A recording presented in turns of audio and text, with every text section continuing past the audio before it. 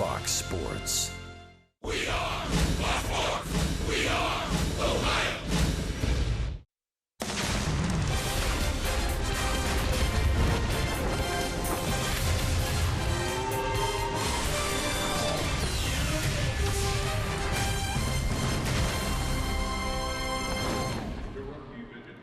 Welcome to the Mile High City of Denver, Colorado, as Fox Sports Ohio brings you Cincinnati Reds baseball. Today, the final stop of a three-city road trip. It's the Reds against the Colorado Rockies.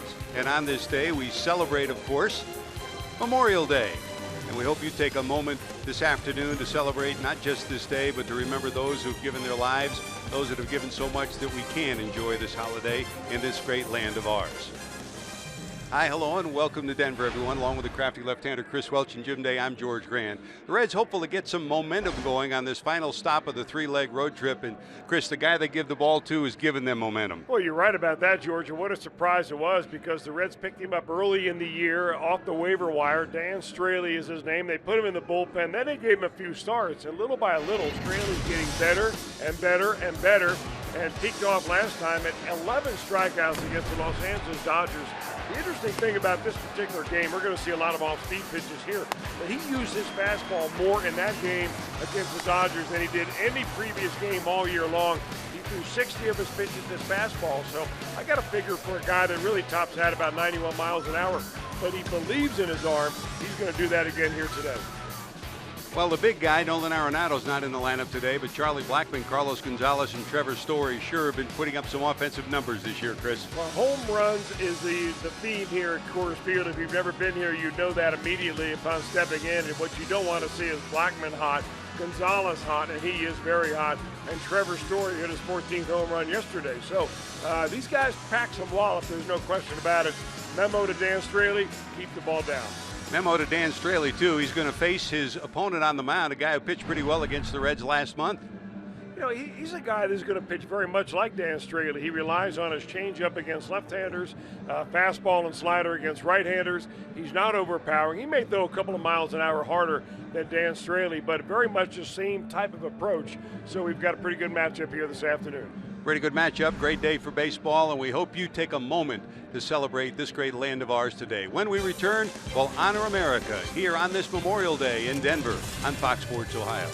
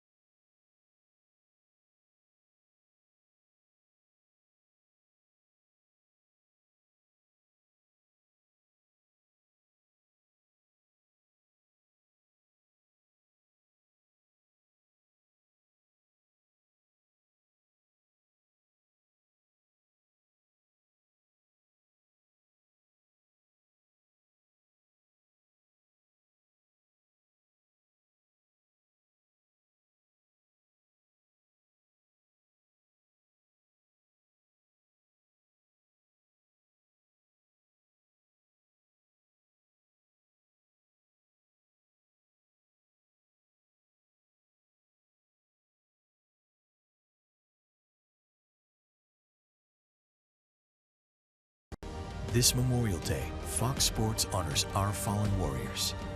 A native San Diegan, Jennifer Marino loved the outdoors and helping other people. After earning her nursing degree and being commissioned in the Army, Jennifer was deployed to Afghanistan with Special Operations Command as part of a cultural support team to engage Afghan women. But in 2013, Jennifer was killed by an IED blast when enemy forces attacked her unit. Fox Sports honors Captain Jennifer Marino.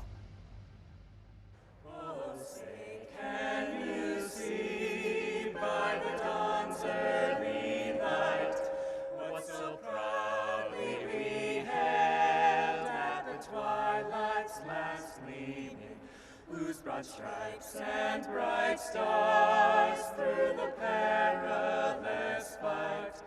For the ramparts we watched were so gallantly streaming, and the rockets' red glare, the bombs bursting in air, gave proof through the night that our flag was still there. Oh, say does that star-spangled banner yet wave for the land of the free and the home of the brave?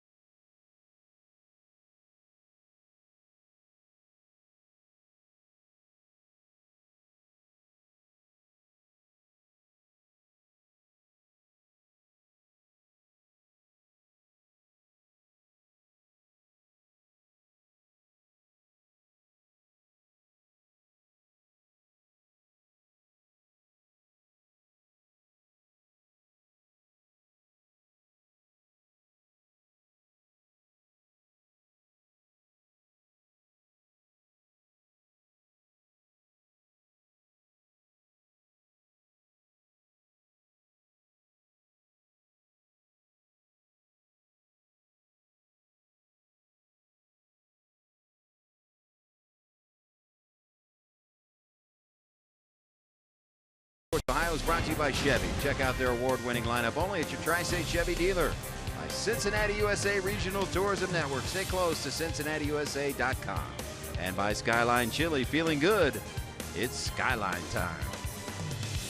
Hope everyone's having a lovely Memorial Day weekend, and hope you pause to reflect on what this day is all about. But on to baseball we go, and everyone likes to hit here at Coors Field. Every visiting team, their hitters just licking their chops. But you look at our IGS bringing the energy, and these Cincinnati Reds, in a couple categories, are better than anyone since this place opened in 1995. The Reds averaging 6.3 runs per game and 1.6 home runs per game. That is the highest by any National League team in this ballpark. So the Reds have certainly got on that Coors Field offensive bandwagon, and they hope it continues today, including a couple of guys that are in the lineup today, Joey Votto and Billy Hamilton.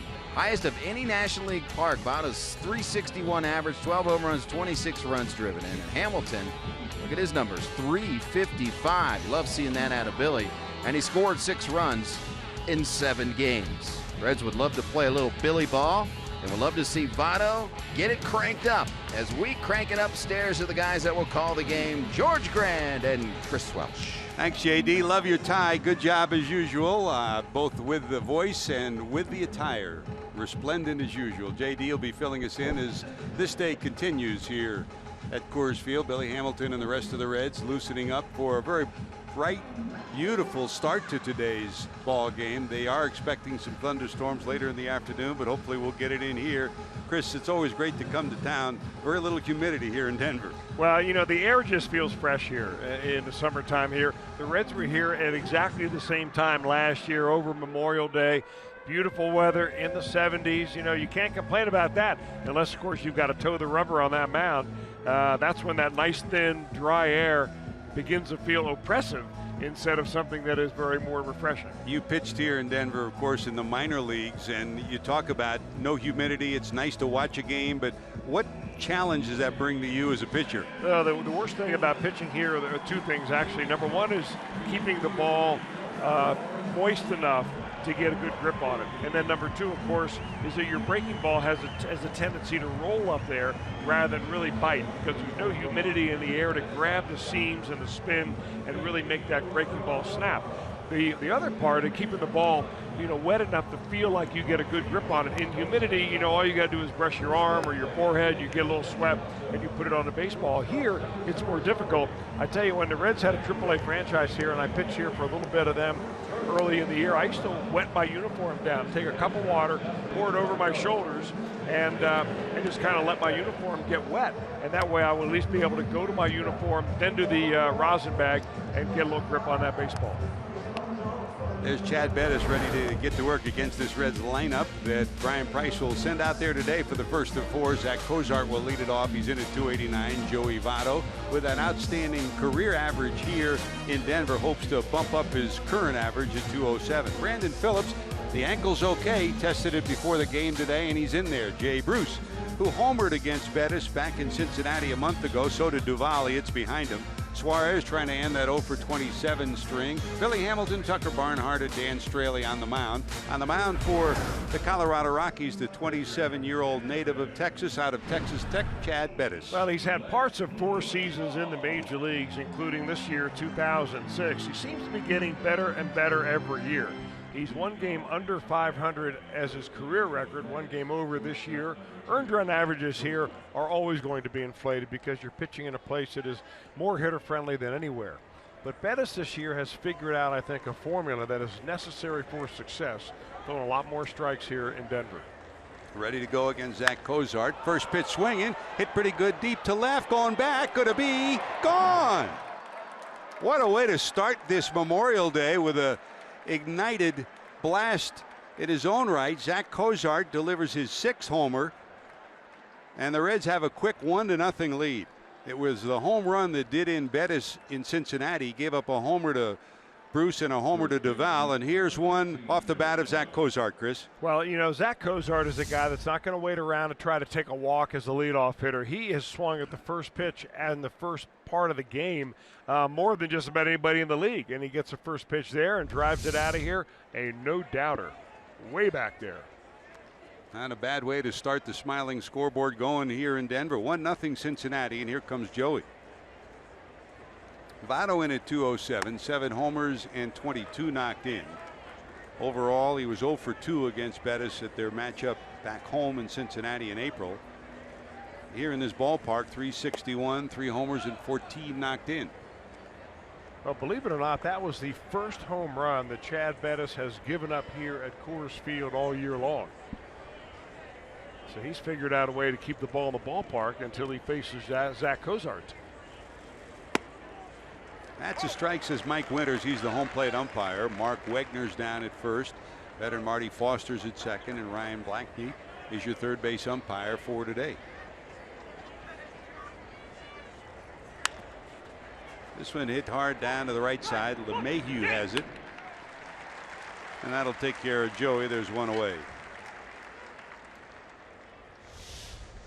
Well, when you add it up, Pete Rose, of course, has been #1 on the list of leadoff home runs for the Reds. Cal Daniels and Barry Larkin, who hit in so many different spots, first, second, third, and fourth. Cozart now with 7 leadoff home runs. And Chris, for the fewer number of at-bats in the leadoff spot, those are pretty good numbers. Well, I mean, he's a swinger. He's not up there to try to take a walk, and that's the one thing that he has not done is change his approach no matter where he is in the lineup, having a very good offensive year.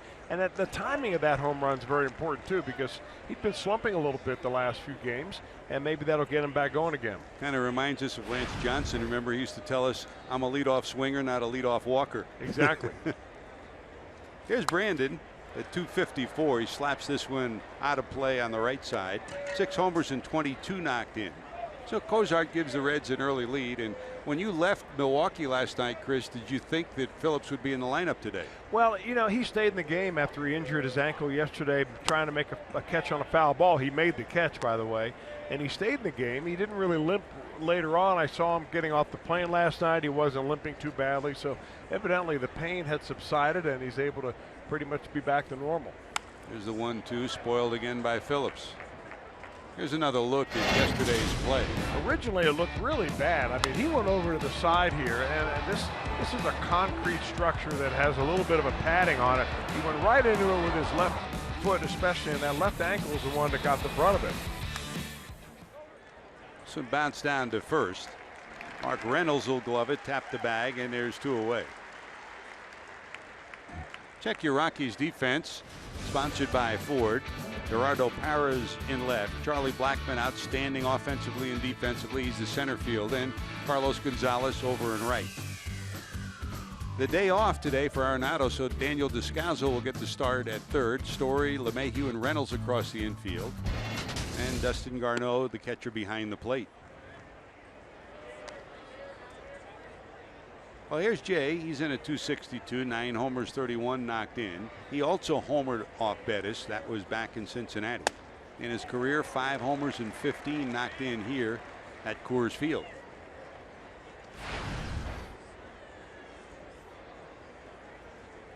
For Jay, the home run he hit in Milwaukee gives him 31 runs batted in. He leads the team in that category. And his 26 runs scored ranks second. There's a 2-1. Popped up in the infield. Who'll take charge? Descalzo calling. He's got it. That'll do it. But the Reds bring it up in the first. Zach Cozart 6 homer gives Cincinnati a 1-0 lead.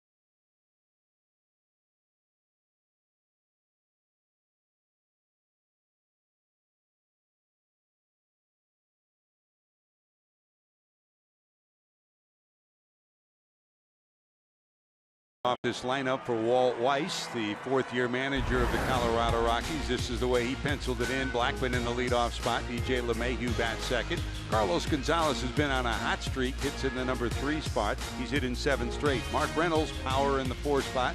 Hara, Story, Descalzo, Garneau, and Bettis. And on the mound for the Reds, here's Dan Straley. Well, Straley, like Bettis, 27 years old, right-hander. Not overpowering, but he seems to really get the idea of what pitching is all about. He changes speeds very well. He's got a couple of different types of breaking pitches that he throws. He uses his fastball enough to keep the hitters off of it, normally. There's a big jolt, and guess what? That's a second deck shot from Charlie Blackman, his 4th homer. And just like Zach Cozart, he gets his club started.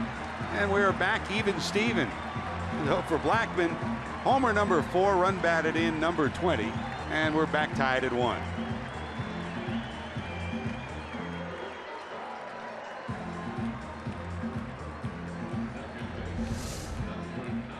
Well, Blackman has been on fire since coming back from the disabled list. He was not on the ball club when the Rockies came through Cincinnati, and he is a very dangerous leadoff hitter.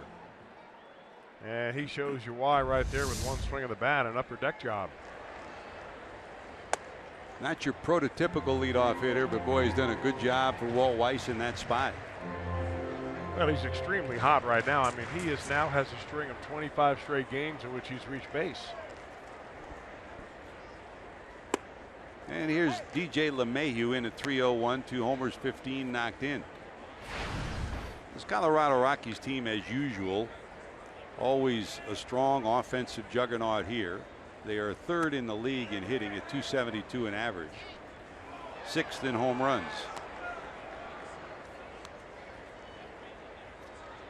And when you add it up at the end of every year, it's about the same. They're usually around 300 hitting at home and around 220, 230 hitting on the road. It's always been that way. Swing and a miss. Straley gets strikeout number 1. There's out number 1. LeMahieu retired. Here's your 4 defensive alignment for the Reds. Adam Duvall, who's really anchored that left field spot since taking over offensively. Hamilton in center, Bruce in right. Suarez back at 3rd. Cozart, Phillips, the double play combo. Phillips and Votto playing together for the 1,023rd time between the two at 2nd and 1st. And Tucker Barnhart catching Straley. That's your 4 defensive alignment. The Reds come into today 14th in the league in defense, with 41 errors compared to 25 miscues for the Rockies, who are 4th in the league defensively. Here's Carlos. You talk about Blackman being hot. This guy is too, Chris. He's hit in 7 straight, homers in 3 of the last 4, and he's right about the 300 mark with 8 home runs. Well, he's always a dangerous hitter, especially in this ballpark. 2-time All-Star. I mean, and he's been around so long, and he's put up so many incredible numbers. I mean, it's hard to believe he's only 30 years old. You know, the whole really key to every major leaguer, but it has really haunted Carlos Gonzalez and kept him from being an annual, pick to maybe be an MVP award winner, is the health of his body, especially his knees. I mean, he plays a tremendous defense. He has one of the best outfield arms in all of baseball. And being able to hit in Coors Field half the summer certainly doesn't hurt either. 2 balls, 2 strikes from Straley. That's up high, and we'll go full 3-2. You know, what we saw Straley do against the Dodgers, I thought was very interesting, because he got to a point, it seemed to me, like he was really overusing his breaking pitches. And with the Dodgers the last time out, he used a lot of fastballs, not only down in the zone, but ran them up and out of the strike zone very effectively. Yes, missing down and away, and here's the first walk of the afternoon from Straley. 1 out, 1 on, 1 in, and here's Mark Reynolds.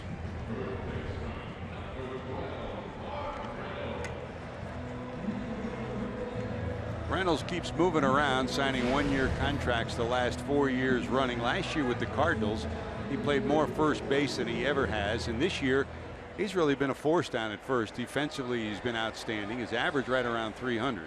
You know, he'll always strike out about 1 out of every 3 or 4 at bats. But the power numbers, usually at the end of the year, are pretty impressive. That's way high for a ball, and Barnhart will go out and talk to Straley. As funny, Chris. Jim mentioned it in his pregame remarks about Dan Straley, and you and I, over the course of the short season, have had time to talk to Straley. Today was another example of it. He came out, never pitched here, never been here before the game, looked at the ballpark, and wanted to talk pitching an hour before the ball game. Well, I thought it was interesting that he didn't know what that purple line was. It was going around in the upper deck. And you said, well, that's where the Rockies hit him if you hang him. No, you didn't say that. That's, of course, marks the Mile High spot here in Denver. But, yeah, a lot of guys, they put their game face on, and all they want to do on game day is growl at you. Straley was talkative, happy, really appreciates, I think, being in the big leagues and the opportunity the Reds are giving him this year. And you gave him some pointers about pitching in this low humidity. Well, you got to keep your hands wet, and what he was telling me is that he's rubbing up the ball right now, and you sweat a little bit. You got a little sweat on your forearm or your forehead and so on. But when you do that in Denver, a lot of times it evaporates immediately, and you go for a little moisture, and you can't find any. Now, the one thing that's different now than used to be is that pitchers are allowed to go to their mouth put their fingers in their mouth, but they have to wipe it off. Of course, there are ways to make it appear like you're wiping it off, but not really wiping it off, if you want to push the envelope a little bit. You told us before you used to wet your uniform when he pitched here back in the minor league days in Denver. Was it only water? Well, I don't know. It looked like a cocktail glass. I don't know whether it was only water or not. Nothing behind your ear? Nothing on your forehead, Gaylord? No. I threw one of those in my life, and it went about 450 feet and decided that'd be the last one of those. Straley to the stretch, high in the air to short center field. Here comes Billy. Under it, got it, 2 away. When the day started, it was a bright, clear blue sky. The clouds have moved in. In fact, when Joey Votto came out to take infield, he came out without his sunglasses, and then after taking a couple of pop-ups, he asked for the sunglasses, now has them in his back pocket. But the clouds, as you can see, are starting to move in, which will make it a little bit easier to follow the baseball. But earlier, it's like spring training baseball, Chris. High sky, and in this mile-high city, the ball flies. Well, you keep your eye on it, and if you have a better angle than the guy who may have called for it, then call him off. It really takes a little teamwork to catch the high pop-ups. There's Paris, slaps this one to the left side and foul in at 272. 3 homers, 22 knocked in. He's added a lot to this club, both on the field and in the clubhouse. He's a vibrant, energetic player who loves to joke around, loves to keep people loose, and it's helped to make this clubhouse a better clubhouse if you talk to players on it.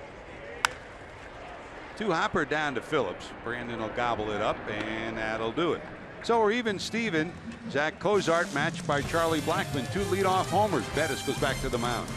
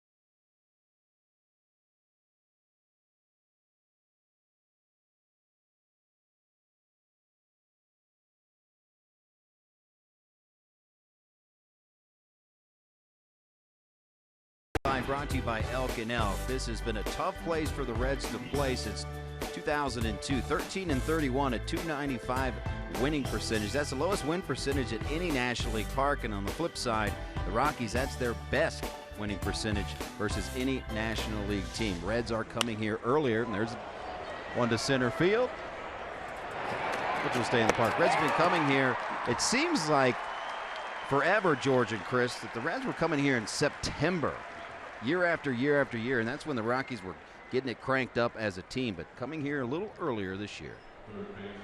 JD, so what you're saying is if the Reds do come back and win this ball game, you're going to keep your good luck tie on?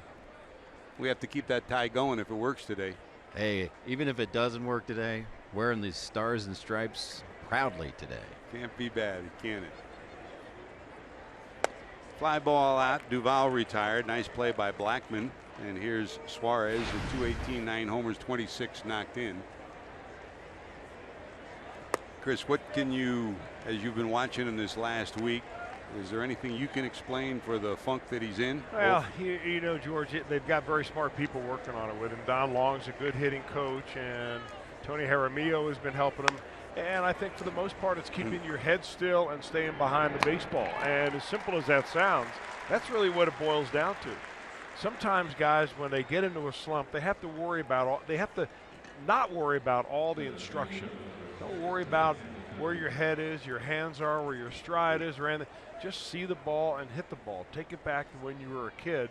That's all you did then, and that's how you got here. So sometimes simpler is better.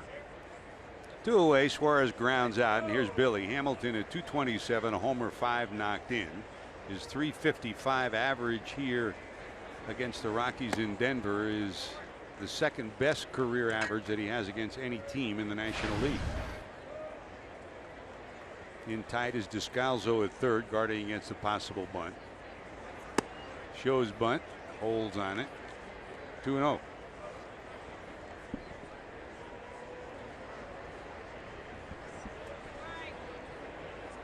Billy had a funk of his own. This is a roller down the first base line. Forget it. No way anybody's going to get him out.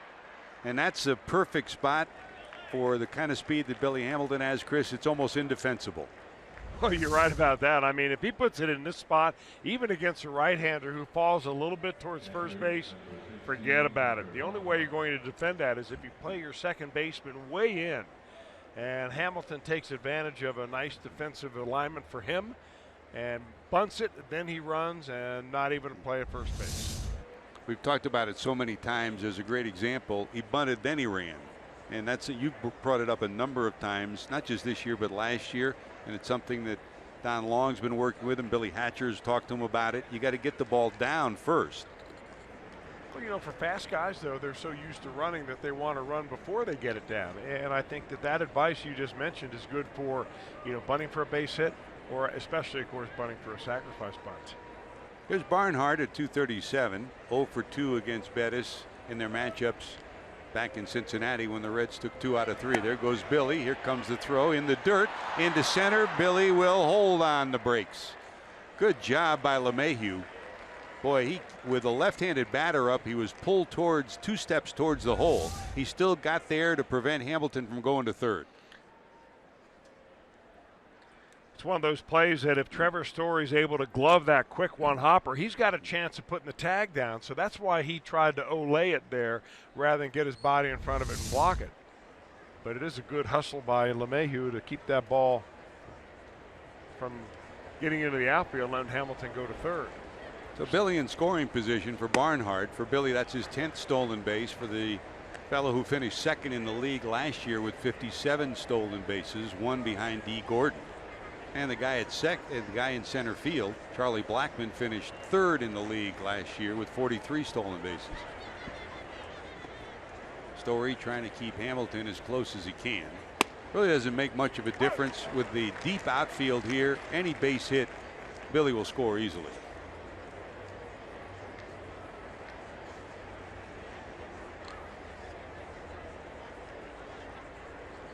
Two balls, 1 strike to Tucker Barnhart, the switch hitting catcher. Just missing on the outside corner, 3-1.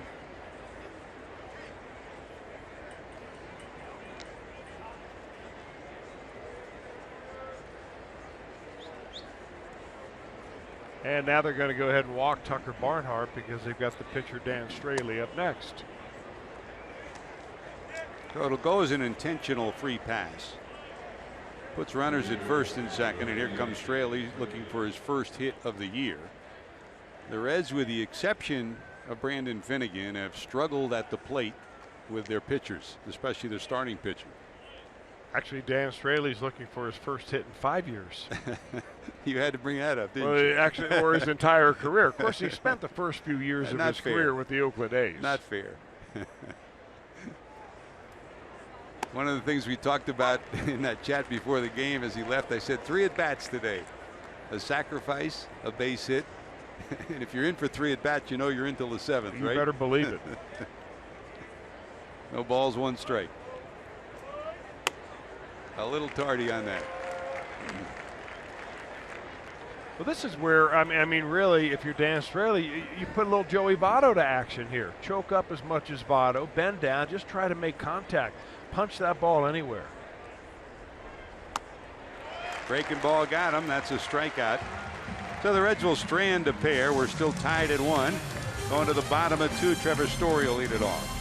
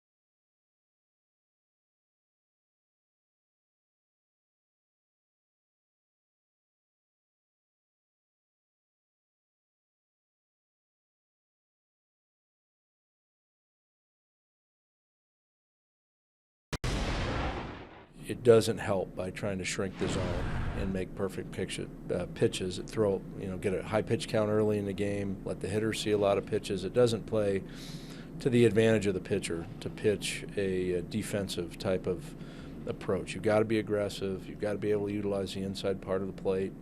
You got to work down, try to keep the ball on the ground, and not let that ball get into those big gaps.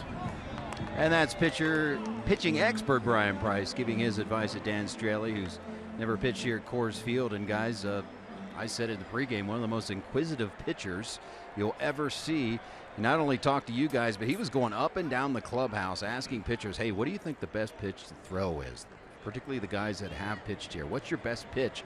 He was even wearing Cowboy out on the road right over here, asking Cowboy, what do you think the best pitch to throw here is? So he is certainly the thinking man's pitcher. And he's been really the Reds' best pitcher in this 2016 season as we head towards the month of June. He's ready to go to work in the second. Trevor Story, who's been a story unto himself. Speaking of the best, he was the best rookie in the month of April. What a start he had, and he's still sitting on 14 homers, 36 knocked in. That's tied for second in home runs in the National League.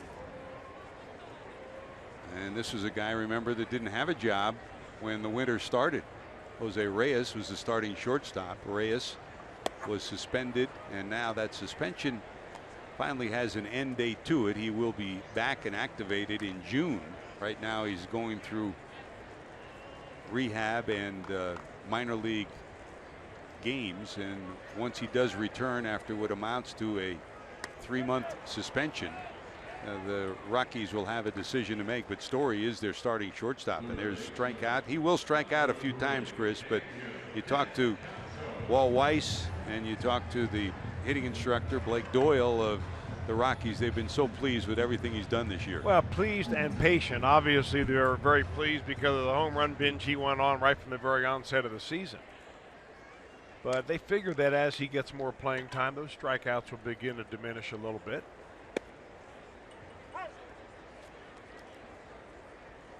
Two strikeouts for Straley, and here's Daniel Descalzo. Reds fans, here's Walt Weiss looking on. Patience, that's something that Brian Price has had to learn a lot about this year with the rebuilding of the Reds, and the same thing for Walt Weiss now in his 4th year here in Denver. 14-year major league career, one of the best of all time defensively, and former rookie of the year. That's a hanger that's up high that Descalzo bangs into right for a base hit. So 1 out, 1 on for the Rockies. Yeah, I think what you learn here when you're pitch here for the first time, and Dan Straley's going through it right now, is that pitch you think is not going to be a hanger ends up being a hanger because the ball just doesn't snap break like it does in higher humidity areas. So in order to throw a good breaking pitch, you really have to finish it through. A lot of people have speculated that's one reason why pitchers that spend a lot of time here in Colorado end up with sore arms earlier than pitches elsewhere, because it takes so much effort to finish your breaking pitches. Here's the catcher, Garneau, fouls it off to the left side for strike 1. He's in at 250, a homer and 5 knocked in.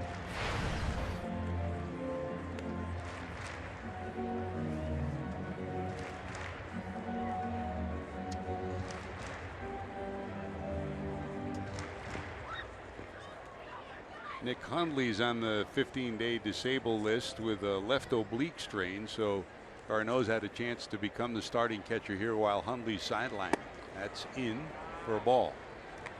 Garneau's a guy that has come through the organization. They call him an organizational player. He's 28 years old. He was drafted 19th round, 2009. So really right from the onset, you know, there wasn't a ton of expectation for him coming up and being an impact player in the major leagues. But, you know, you fill in, you hang around, you do all the right things, you get yourself some major league playing time. He's had a piece of action last year, played in 22 ball games. And here he is in his 13th game so far this year.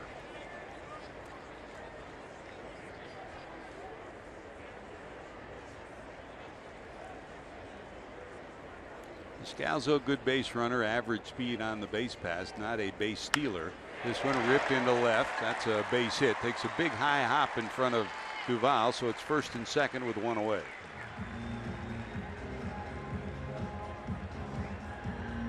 Well, I wasn't involved in that conversation when Dan Straley was quizzing Jeff Brantley as to what was the best pitch here, but I can tell you where the best pitch location is here, which is you don't want to offer up the elevation. You let the hitter do both elevation and power, and that time Straley put it waist high, and that's a ball that's easy to level on. Here's Bettis in at 059, no homers, 2 knocked in, show and bunt with 1 out and 2 on. He fouls it off for strike 1. Votto charging from first. Here his job, if he can get it down, is to force the third baseman Suarez to make the play. Stu Cole, the third base coach, out rolling through signs halfway down the third base line. And as usual for the Rockies, EY senior Eric Young, the first base coach. Boy, could he steal a base. Showing bunt again. He gets it down to first, and they'll let it roll. You better go get it. You better go get it. Oh, he let it down. It was fair, it was foul, it was fair, and then finally it rolled foul again, but almost a big mistake from Joey Votto. He let it roll, and it almost came back fair again. I can't believe that this is a veteran play that Votto makes right here. I mean, you always risk that ball coming back, and he's actually signaling Tucker Barnhart to stay away. That's just a mental hiccup right there. Reds a little lucky on this one. If it had stayed fair, the bases would have been loaded and Blackman would have been coming to the plate. A gift. So from the stretch is Straley. This one bounced back up the middle. They'll tap second, on to first. A 6-3 double play. So what turned into good news for the Reds was almost disastrous news. Still tied at 1.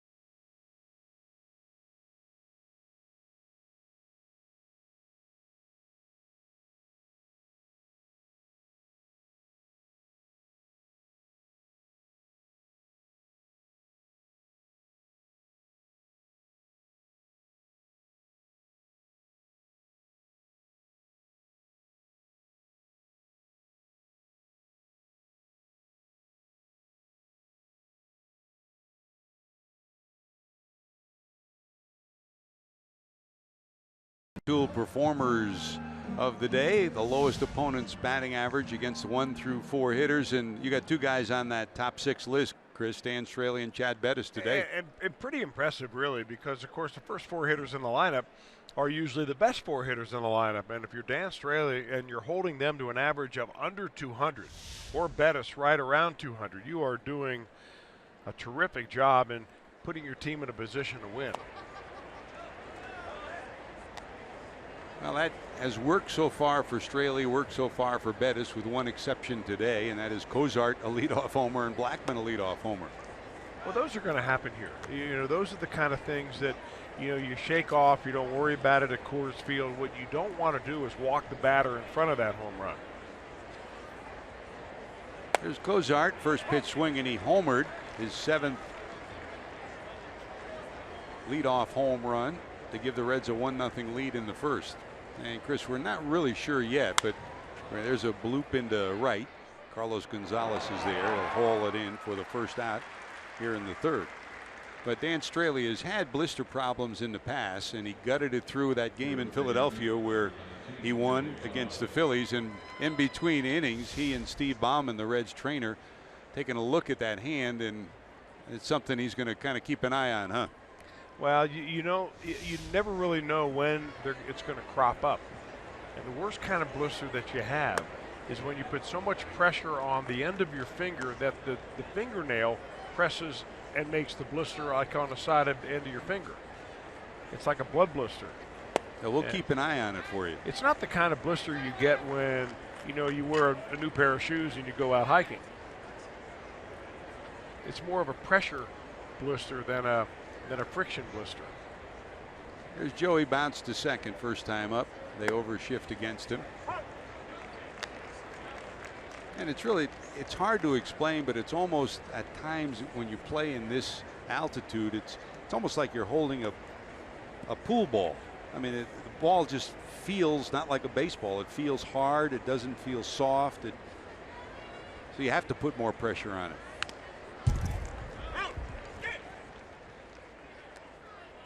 Man who was the first pitching consultant here for Bob Gebhardt, who was the general manager, Larry Bernard, former pitcher in Montreal and a pitching coach in Montreal, always said that you're going to have trouble throwing breaking balls here. What you need to have to win here consistently is grow the grass high in the infield and bring sinker ballers in.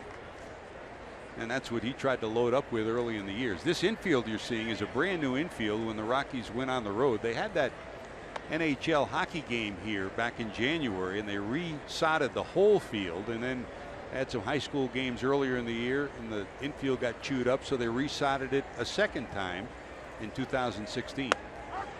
That's a call, strike 3. Votto retired 0 for 2.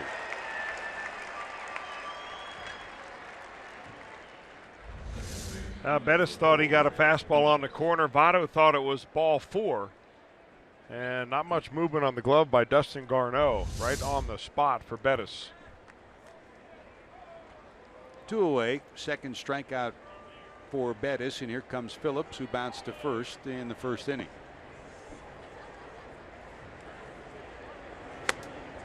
Bettis is really kind of an interesting story. That last pitch 94 miles an hour, but he's throwing softer now, if you want to call it that, by about a mile an hour or maybe a little bit more than he did just a couple of years ago when he broke into the major leagues. Now, he was always a guy when he got drafted, he was a very hard thrower.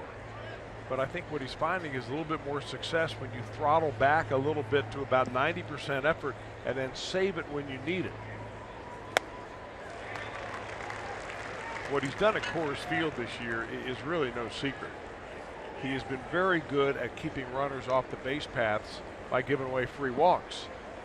And that is that's a death knell if you want to pitch here in Denver. You cannot survive. I mean, you can't survive in the major leagues, period, but not here. And Don Baylor, the first manager here in Denver, had probably the best description of offensive baseball in Denver. You're in scoring position when you're in the on-deck circle. Groove was something else. Grass cutter down to short. Story has it. And the Reds go quietly in the third. 1, 2, 3. To the bottom of 3 we go. Charlie Blackmon, who homered last time up, leads it off.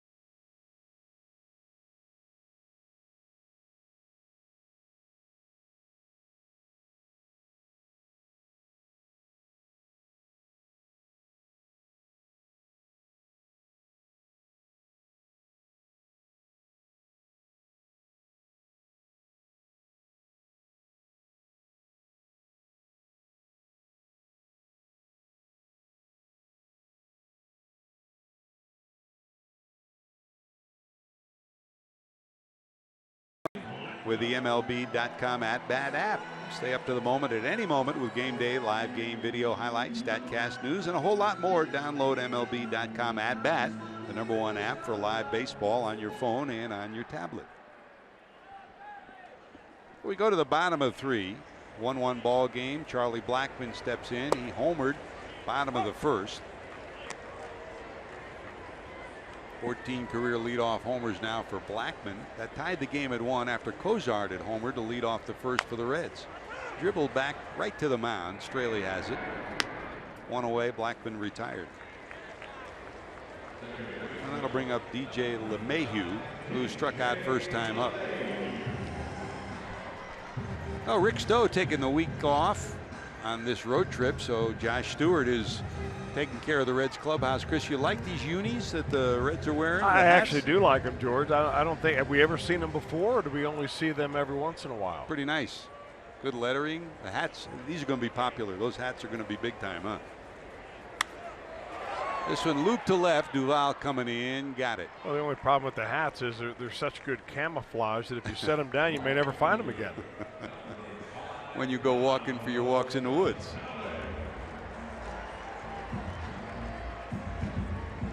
Here's Carlos Gonzalez. Walked his first time up on a 3-2 pitch.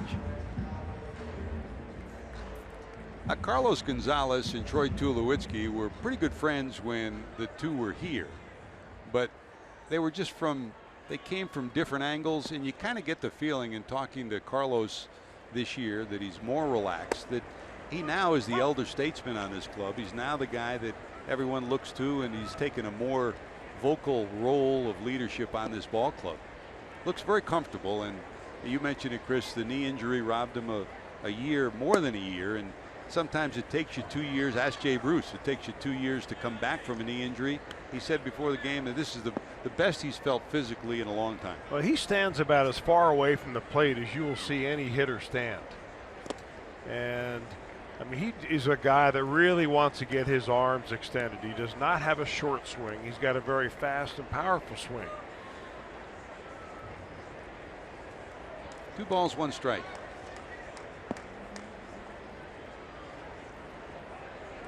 I mean, he is almost on the outside edge of the batter's box. Reds are trying to just thread that needle on the outside black, and the count's gone to 3-1.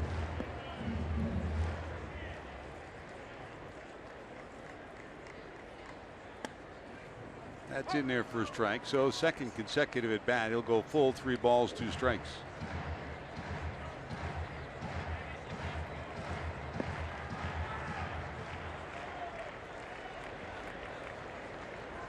Pretty good career numbers against the Reds. Way wide, and he walks for the second time.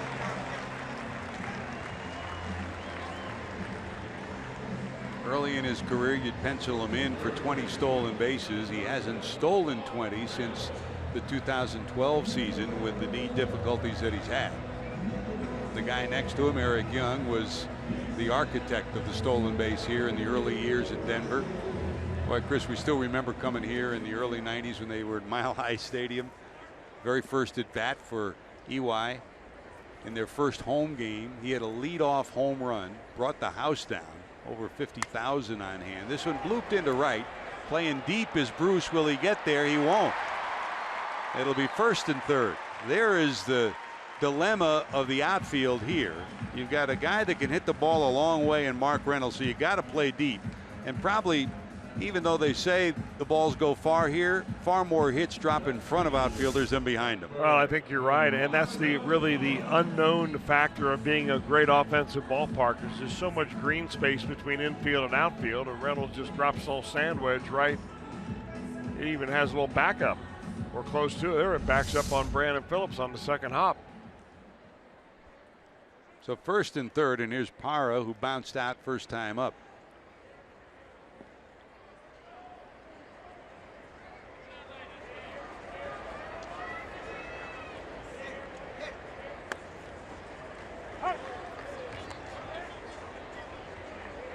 It's a valuable get-ahead pitch, that really slow curveball at 73 miles an hour, slower than hitting speed.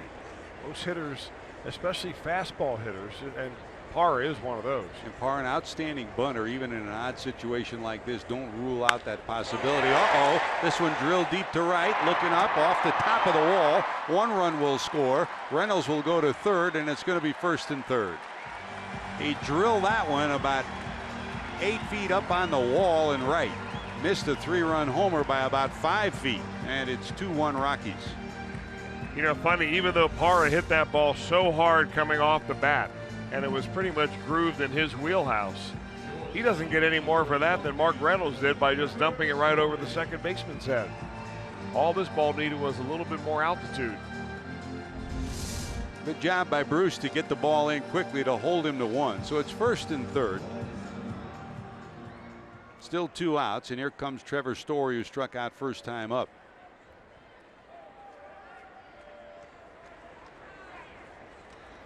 By the way, we want to remind you that right about the 3 o'clock hour Eastern time, they will have a moment of remembrance at ballparks all over the country, and this park included. It won't come in the middle of a play, but shortly thereafter. Oh, we'll honor America and remember. That coming up shortly. Story sitting on 14 homers, 36 knocked in.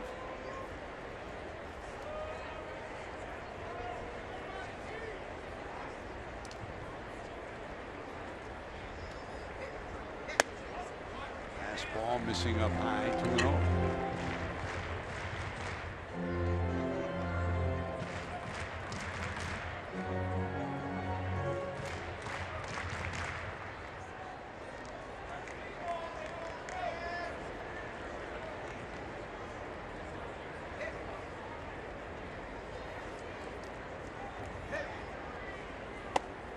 Big swing, 2-1. You know, all of this trouble for Straley has happened after he retired the first 2 batters on just a couple of pitches.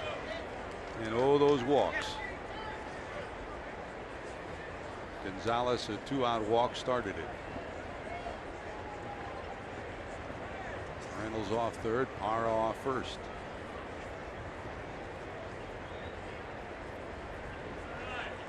A little bit bigger lead for Parra down at first now.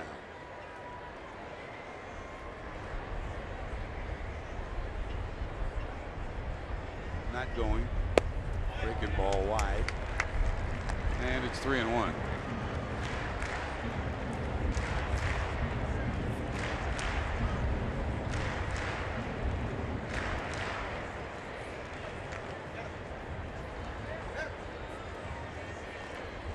Reynolds, who singled off third. Parra, who singled off the wall and right off first. Swing and a miss. And it'll be another 3-2 count here in the third inning. So Parra will be off and running with 2 away from first.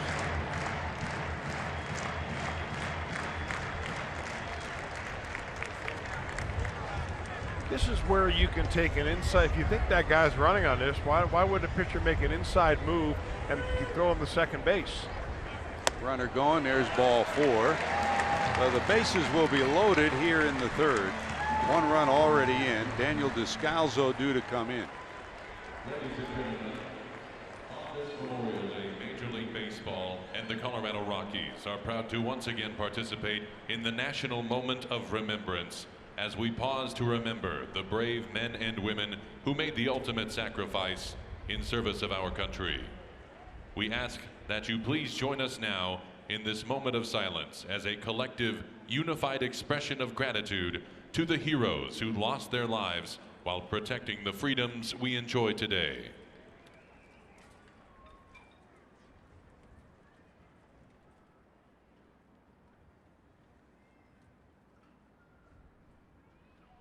Thank you.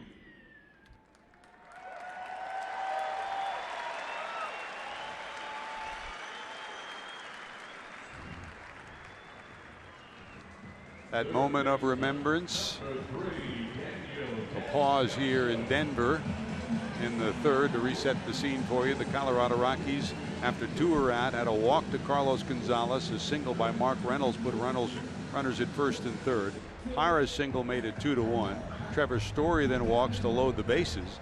And here comes Daniel Descalzo after Mark Riggins goes out to talk to Straley. Do you know what I meant, though, George, on that 3-2, 2-out, first and third situation?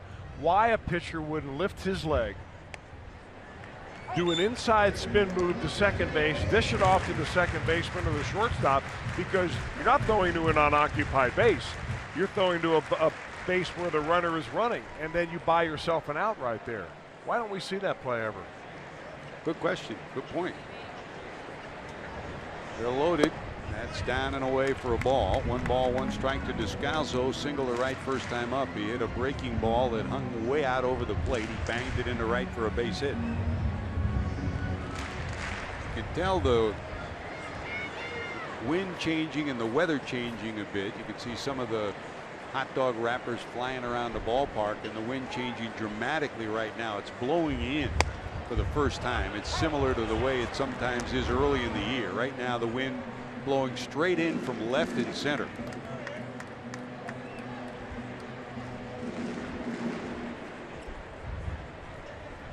1 ball, 2 strikes. Straley trying to get out of this jam in the third.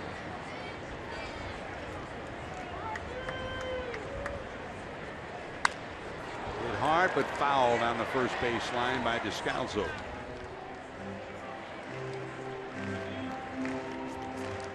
All of a sudden the breeze has picked up here big time. The flags are snapping like firecrackers out there at the top of the scoreboard in left field.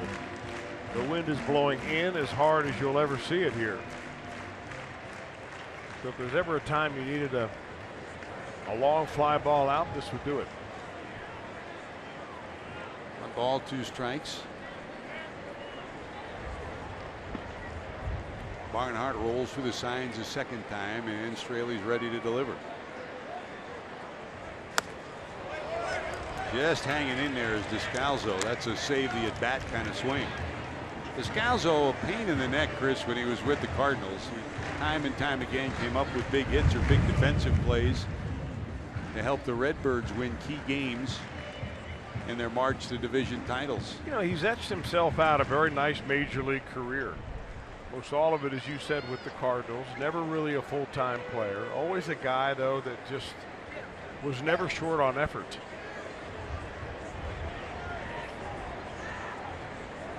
He's getting in there today because Nolan Arenado is getting the day off.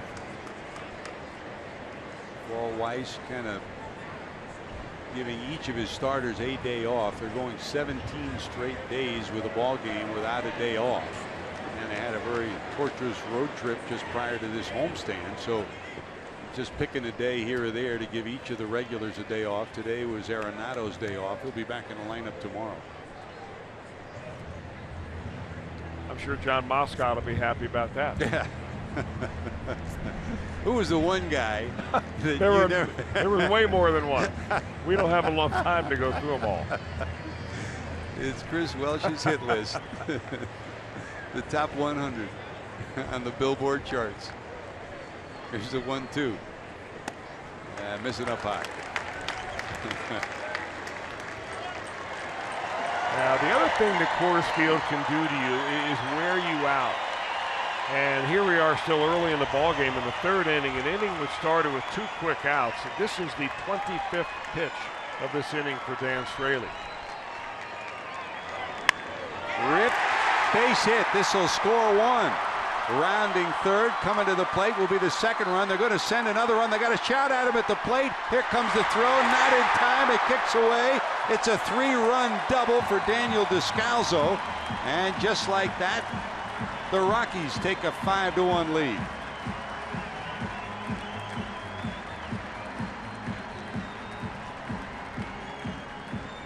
Well, Straley kept throwing the ball down. Descalso kept fouling it off.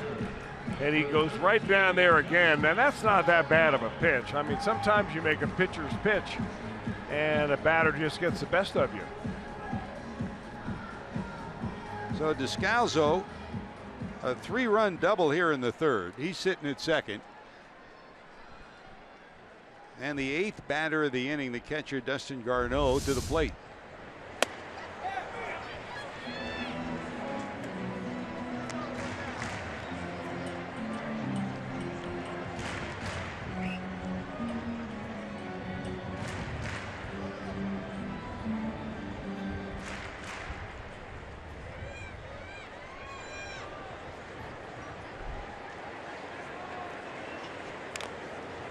Fouled, and Barnhart got that right off the hand or the wrist. Tucker got the worst of that one.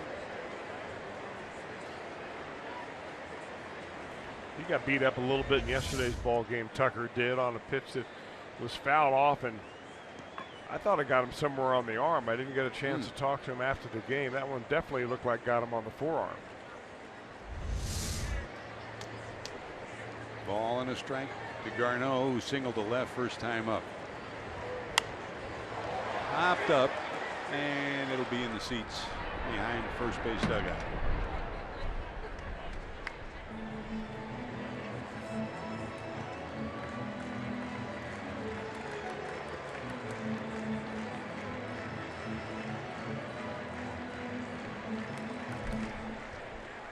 I know overall at 250, but over 300 against righties this year.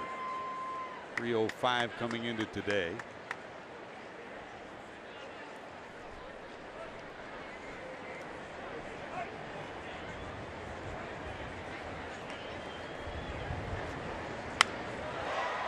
High in the air to left, long run Duvall. Will he get there? It is a foul ball. Boy, that wind, it looked for sure that it would be fair. The wind just kept pushing it. The flag's blowing straight towards the foul line and left. And it probably pushed it 15 or 20 feet.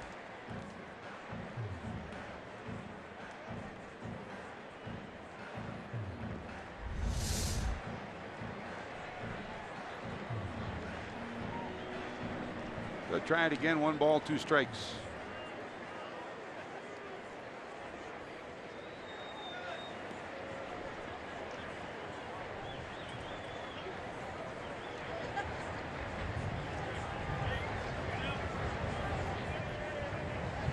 Half of those 61 pitches have come here in this 3rd inning for Dan Straley.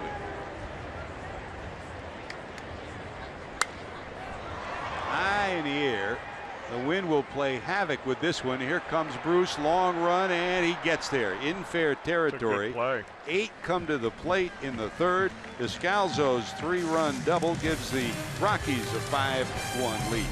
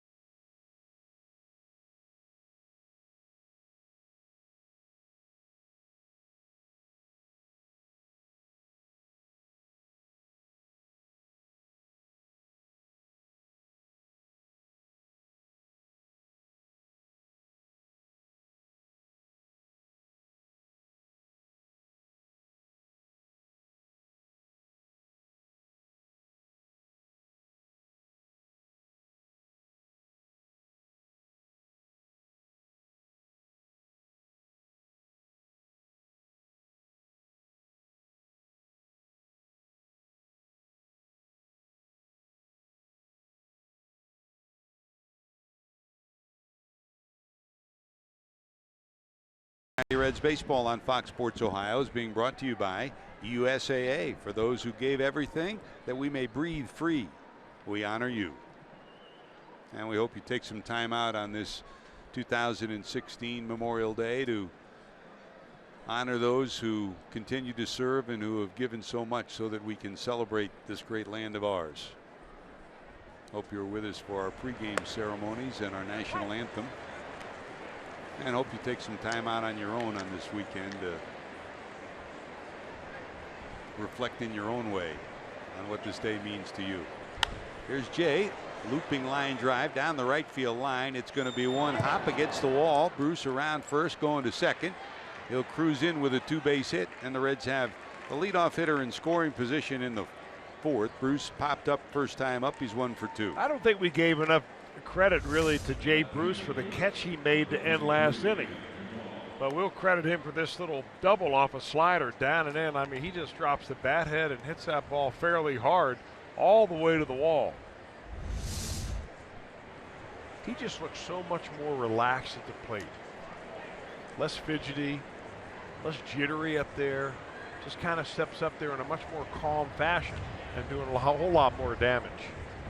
Here's Duvall. He hit one to the wall in center field that Blackman made a leaping catch of against the wall to retire him to lead off the second. What a month of May for Adam. 9 home runs, lead the National League. Runs batted in, 21, fourth. This one hit pretty good to right. Going back, looking up at the wall. It is bullpen bound and gone. Add another one to that for the month of May. 10 homers. And now 12 on the year, and the Reds creep a little bit closer. A 2-run shot from Adam Duvall. So the two guys who touched Bettis back in Cincinnati with homers contribute here in the fourth. A double from Bruce, and Duvall's second home run this season against Bettis. It's a 5-3 game. Well, I mean, when Duvall hits this ball, it sounds like somebody just stacking timber. That's how loud the crack was. And I'm not even sure why they even went back on it. That ball is way out of here. Hey, the wind did hold that up. Yeah. When it left the bat, it looked like Blackman's was heading for the second deck. But the wind met it head on and ended up right in the bullpen. So the Reds within 2. It's a 5-3 game. Still nobody out in the fourth. And here's Eugenio Suarez, bounced out first time up. Now this has been a year, the first 2 months of it at least, that to say the least been a struggle for the Reds, but there have been some pretty good stories. We talked about Straley being one of them, and Duvall, Chris, is certainly another one. It is, and he's worked very diligently with Don Long to try to, make sure that he uses the entire field. When he came over from the Giants, he really wasn't, that much of an experienced hitter in the major leagues. But he's found a lot of power going the other way. There's a shot off the bat of Suarez. So Eugenio trying to get his swing back. Rips a bullet into left for a base hit.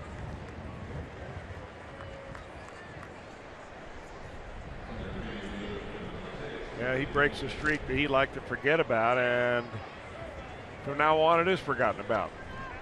0 for 28, now 1 for 29. Got it on a 2-2 count, and I got to figure that Bettis made a mistake as far as location right there. There's Billy showing bunt, takes a ball. Hamilton reached on a bunt hit down the first base line and then stole second in the second. Reds had 2 on with 2 outs, but Straley struck out to end the threat. I mean, Hamilton could do the same thing right here. All you have to do is force the first baseman Reynolds to make the play, and you've got a base hit. There's no way the second baseman can make the play and get Billy if he gets it past the pitcher.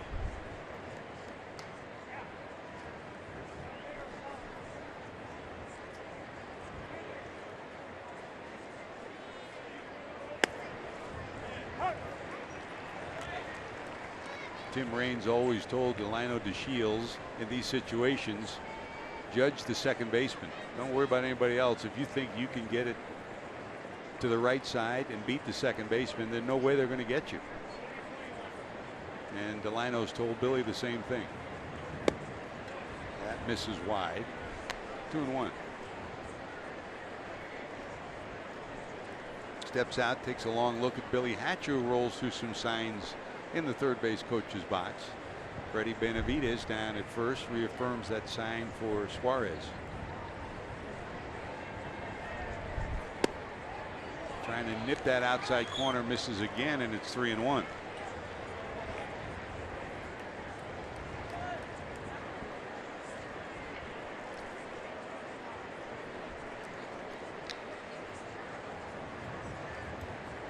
A world of speed, like so many center fielders that have played here in Denver. This is a part built for a center fielder that has great speed. Drew Stubbs, the former Red, Willie Taveras, Eric Young, a whole bunch of them. And he stabs at that, fouls it off, will go full 3-2. Those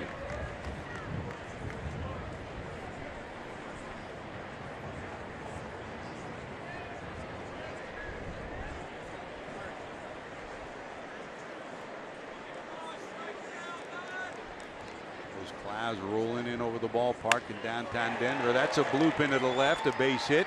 So Billy's 2 for 2 on the 3-2 pitch, and the Reds have 2 on.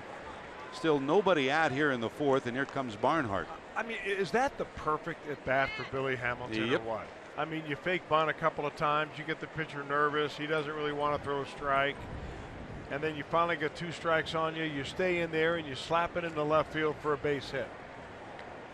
The only thing imperfect about it is that you have Suarez standing on second. So we'll see no stolen base right now. But I mean, I could watch Billy Hamilton do that all day long. So could Brian Price.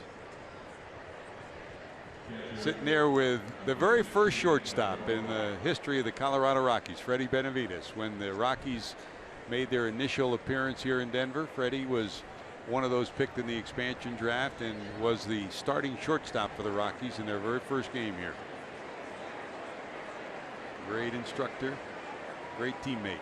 Here's Barnhart, popped up into short center. Will anybody get there? And it is caught by the left fielder Parra. Give Parra credit. He came out of nowhere to get that one.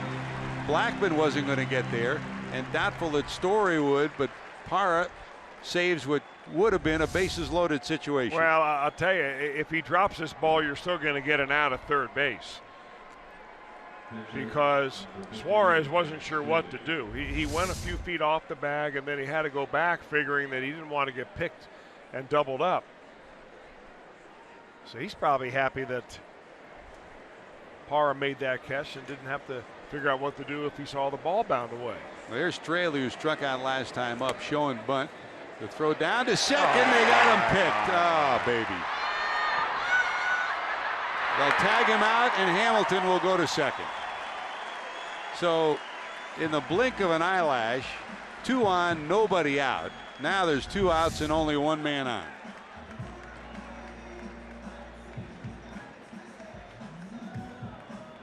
You know, if you follow a lot of baseball, you can see how this can happen. And a lot of it has to do with the guy at the plate. You're saying, well, what is Suarez doing? How can you get picked off right there?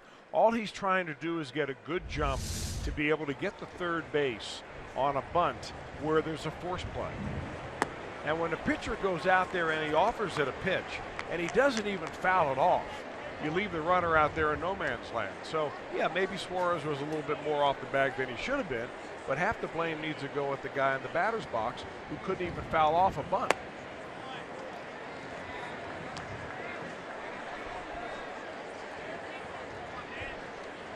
Straley struck out into second, again with 2 runners on. Here's the 2-1. That misses inside, 3-1.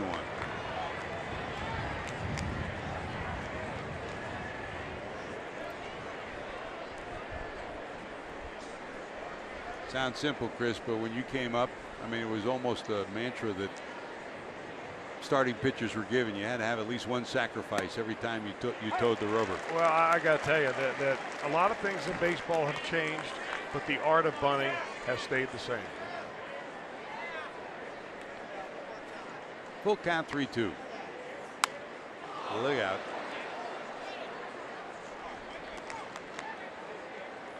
I mean, you know, if you sit down and evaluate how you can help yourself as a pitcher, as much as you evaluate, you know, say the other team's scouting report or your own statistics, you realize that, boy, if you can bunt, you'll stay in a game longer. You may be able to be credited for a few more runs along the way. And in the kind of cash that they're throwing around in Major League players nowadays, 1 good bunt can mean a whole lot of money. Well, hanging in there is Straley. Try it again, 3-2.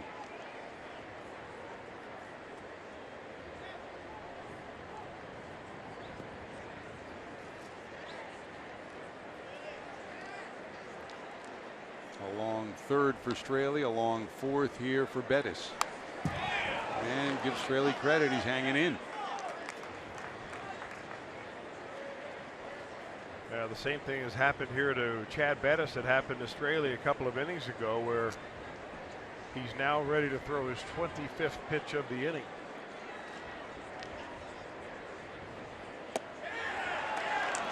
Ball 4. Second walk of the year for Straley. The other one came with the bases loaded, and he picked up his first run batted in.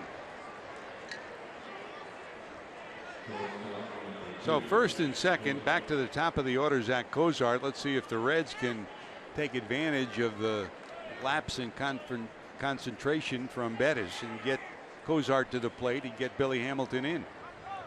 Cozart, leadoff homer in the first, fly ball to right in the third. That's a strike. That's a little cut fastball. I mean, Bettis throws a slider, a cutter, and a curveball. Occasional changeup. But sometimes it's hard to differentiate between the cutter and the slider. Fastball misses. Big swing, and it's 0-2.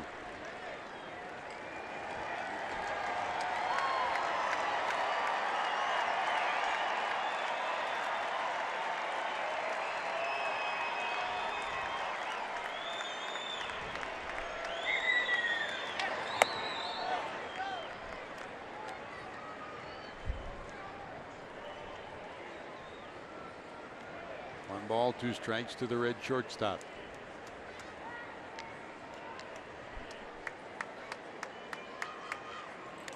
He's in there, fouls that off with Joey Votto on deck. Another look at his 7th career leadoff home run. It was a shot. First pitch he saw in the first inning. I mean, if you know a first pitch fastball is coming, why not? Cozart is one of the most aggressive hitters on this Reds ball club, and took advantage of it there. He's very quick on an inside pitch, Cozart is. I mean, he turns on pitches, and that was the one thing that impressed me right when he came up as a rookie, how quick he was on a ball on the inner third. The league started pitching him away a little bit. He struggled a little bit. This year, he's been able to take the ball the other way and still stay quick inside. Try it again, 1-2.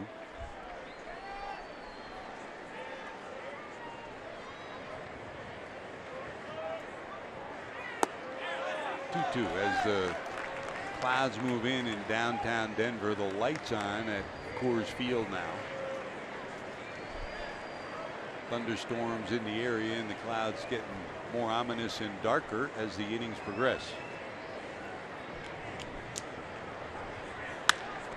Right through the middle. Can Story get it? They'll go to second. What a play. He's safe.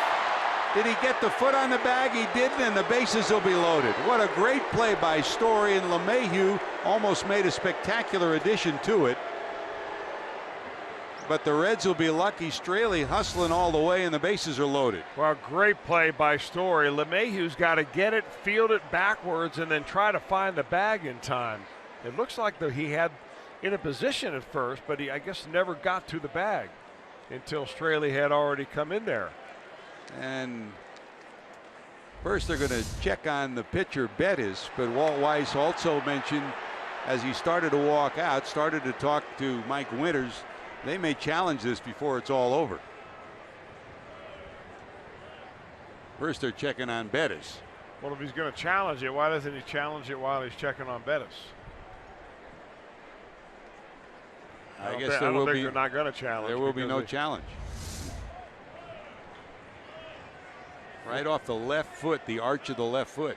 Great job by Story. Good reaction. And I don't know, they may have gotten him there. I don't think he got to the bag. We don't have a look that shows us definitively, but I'm sure the Rockies do, being the home team, and evidently not enough to ask for a challenge. So here's a chance now for Joey Votto. Break out of it in a big way. So Cozart reaches, the bases are now loaded, and here's Votto 0 for 2, a ground ball out and a strikeout. Reds have battled back to within 2, trailing 5-1.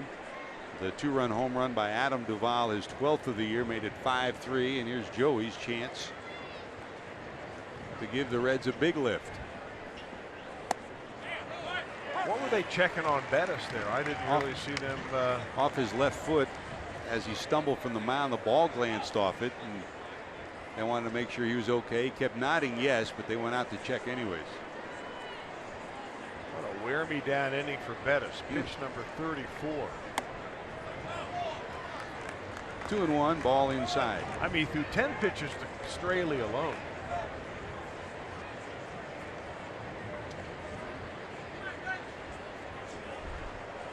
Straley ended up working a walk, and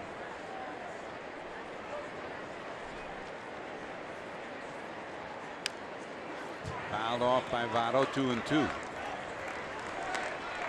Well, if Votto can deliver, I mean, Straley didn't get the bunt down, and at a critical time, but he did work the walk. If he were to continue this inning and the Reds cash in, give number 58 credit, because his extension of the inning gave Votto the chance to come to the plate. Interesting to see here if Votto's really going to go in the crouch down, and he's not. This is more of a drive the ball stance for Votto. And I'm kind of glad to see that. Much more dangerous hitter when he's a little bit more upright and you have strength in your core. You bend over too much and you just kind of swing with your arms. Now full count, 3-2, so the runners will be off. Still over shifting against Votto with the 3-2 count. 3 infielders to the right side of second base. Joey fouls it off. I mean, this is a moment with the count and the situation where Votto usually would try to go to left center. Left center right now is right into the teeth of that wind. I think it was pretty interesting is where Billy Hamilton had been taking his lead. He's stepping on third base now, but he's going to end up over this area right here when he takes that lead.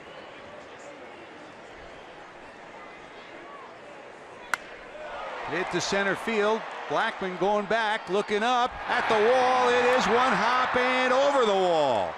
Votto will be robbed of an extra run batted in, but he delivers a 2-run double that ties the game at 5. As the rain starts to come down, that was into the teeth of the wind.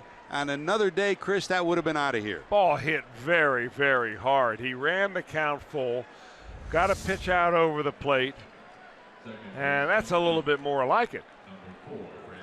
This is a Joey Votto tailor-made swing, a bullet to center.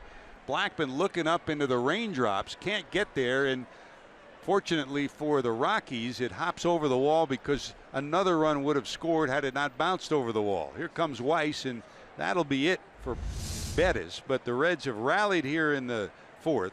They've sent 8 men to the plate already, tied the game at 5. While the pitching change takes place, time for our Skyline Chili call to the bullpen. You're watching Reds baseball on Fox Sports Ohio. Your attention. Now.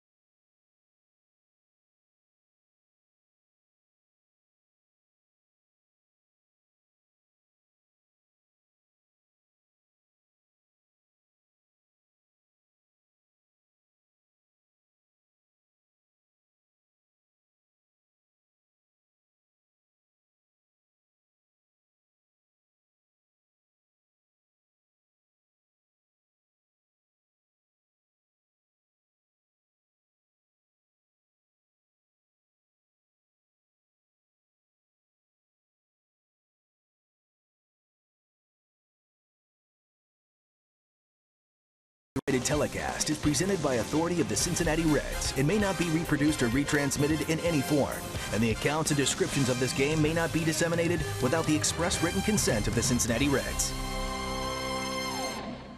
Well, a happy Memorial Day and welcome back to Coors Field in Denver, Colorado, where the Reds and the Rockies are now knotted at 5 apiece. The Rockies sent 8 to the plate in the 3rd and scored 4 to take a 5-1 lead. The Reds have sent 8 to the plate already to tie it in the 4th. And here is the new pitcher for the Rockies, Gonzalez German. The big right-hander ready to go to work to Brandon Phillips. Boy, that was a much-needed swing from Joey Votto, Chris. Well, I think from a lot of different levels, you're exactly right. Sometimes a hit like that, a swing like that, is all it takes to see him go back and start tearing the ball up like we're used to seeing. There's Phillips 0 for 2, 2 ground ball outs. Waves at that, fouls it off for a strike 0-2. And again, the way that wind is blowing in, and any other day that would have been a grand slam home run. As it was, it hit on the warning track and bounced over the wall.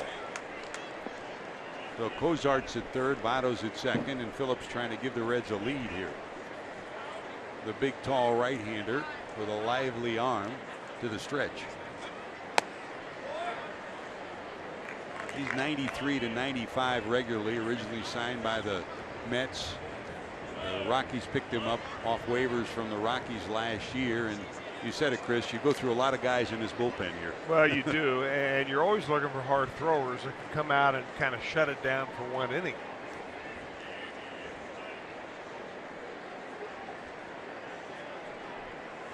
You know, pitch to contact guys are not the type of relievers that are ideal for Coors Field.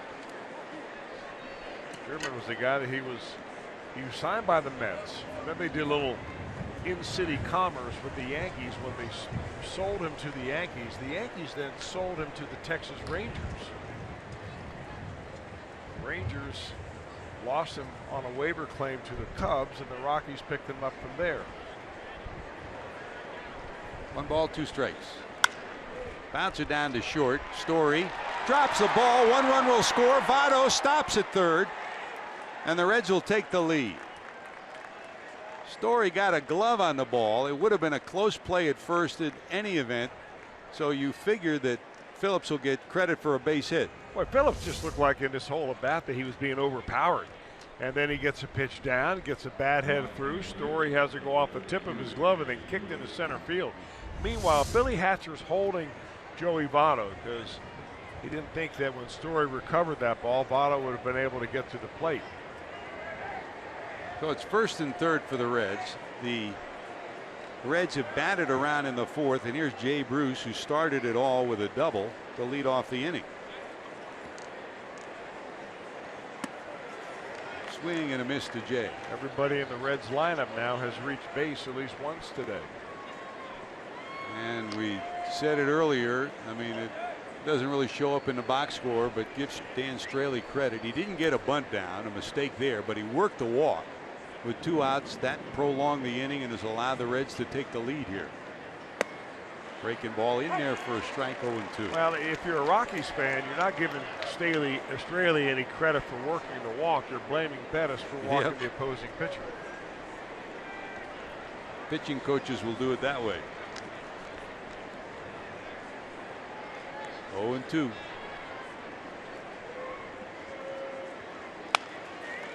Grounded to the right side. LeMahieu has it.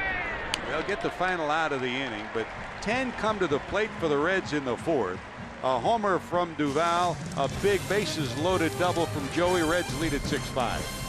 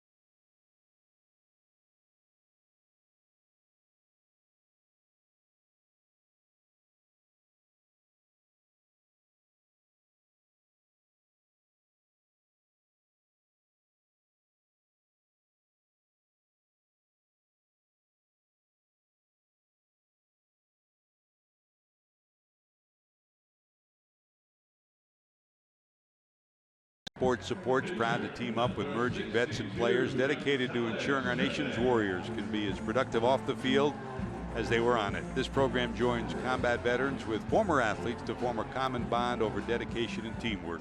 Visit foxsportsupports.com to learn a whole lot more about it.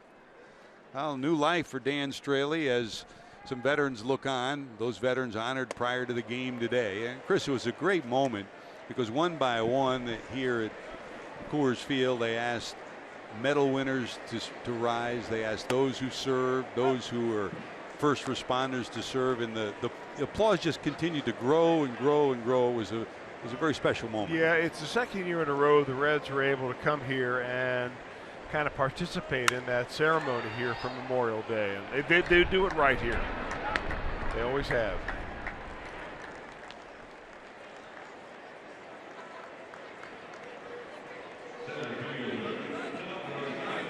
Well, here's Charlie Blackmon with one away here in the fourth. Blackmon homered to lead it off in the bottom of one and bounced out in the third.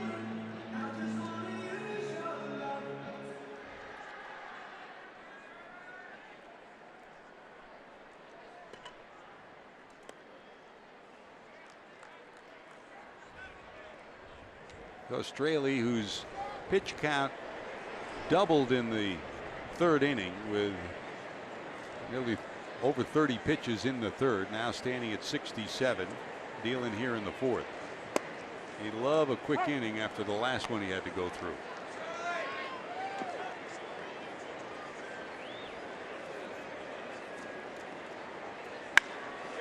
Center field hit pretty hard. Here comes Billy. Did he get it? He got it.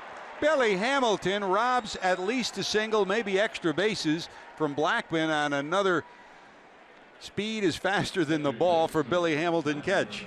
How about this? He got a great jump, Hamilton did. That coupled with his speed. I mean, this ball is just scalded by Blackmon.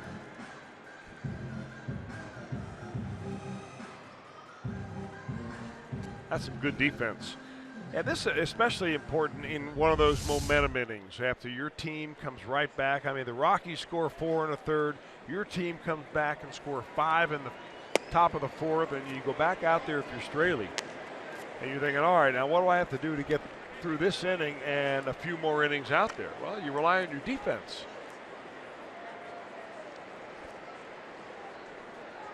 So 2 away, and here's DJ LeMahieu.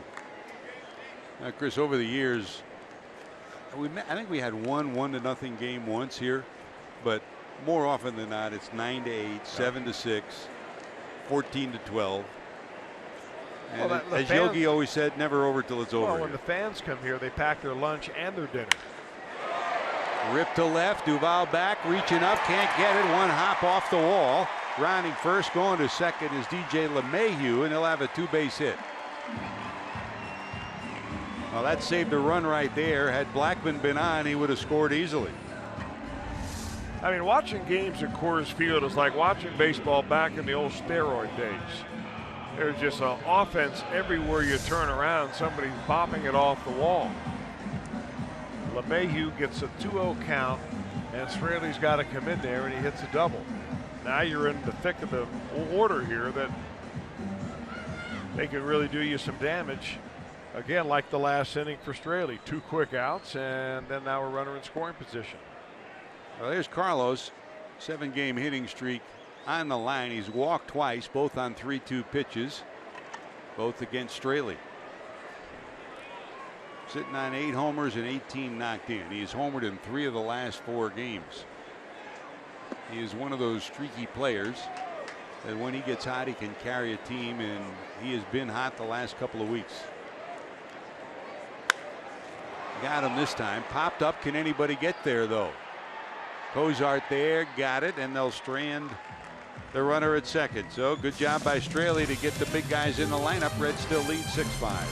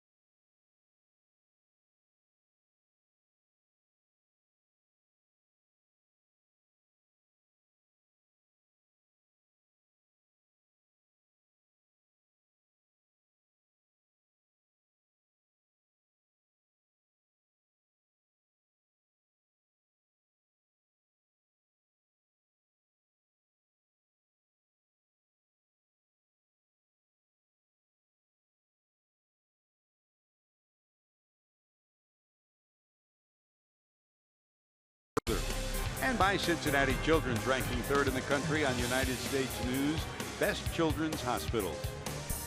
Great to have you with us on this Memorial Day in downtown Denver. George Grant, Chris Welsh, Jim Day.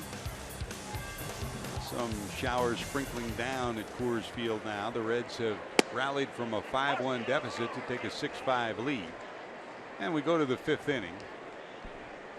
Gonzalez German in his 2nd inning of work. We got the final out of the 4th. And here's Adam Duvall, who homered back in the 4th. His 12th of the year. We're going to show you something kind of interesting on Adam Duvall, and the colored area in the strike zone from the pitcher's perspective is where he likes the baseball. So you can see that Adam Duvall likes that ball away almost exclusively. And that red dot that you see just about down the center is where he hit that last home run. So he took a pitch pretty much down the center of the plate and he hit it the other way, way back there. So all the tutoring that Don Long and Tony Jaramillo have done with Duvall to use the whole field really paying off this year. 1 ball, 2 strikes.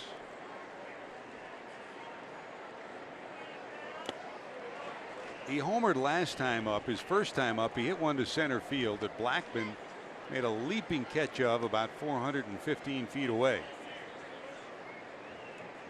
Blackman's been outstanding defensively for this ball club.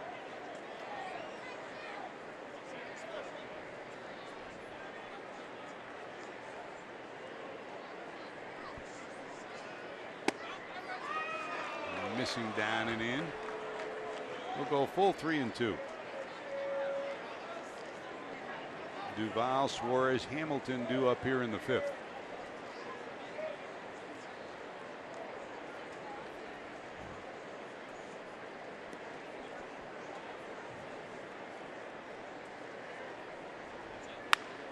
Hit hard but foul down the 3rd base line.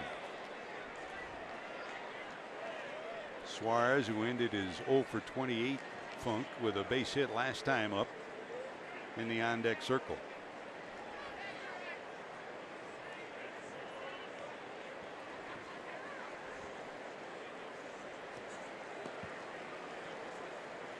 Ooh, those are big drops coming down now. Got him, 1 away here in the 5th. Great to have you with us. George Grant, Chris Welsh, Jim Day down in the truck. Josh Hall, our producer. Uncle Roy Alper's our director on this trip. Jim Miller dialing up some graphics for us, and Ziggy, Matt Sigafus, giving us a peek at some great highlights.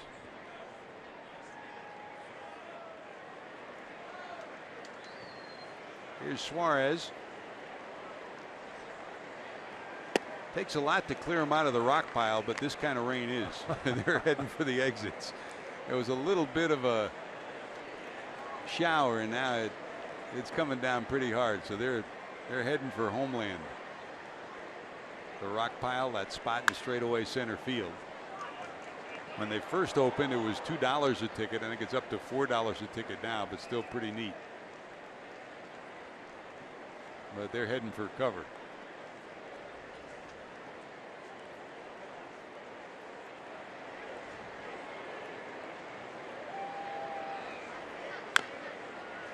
And on the hands and fouled off.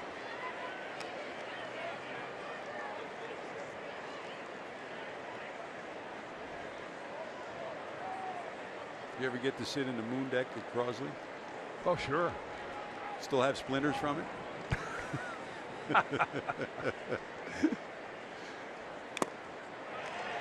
Fouled off, but hung on to. That was the only souvenir I ever got. You still remember that feeling, don't you? I remember sitting there, and it's like you couldn't move. First, it was hot. Secondly, every time you move, you got a sliver. Back-to-back strikeouts for the big right-hander. His first 2 strikeouts. 2 away here in the 5th. And here's Billy Hamilton, 2 for 2. A bunt hit in the 2nd, and then a 3-2 bloop base hit into left in the 4th.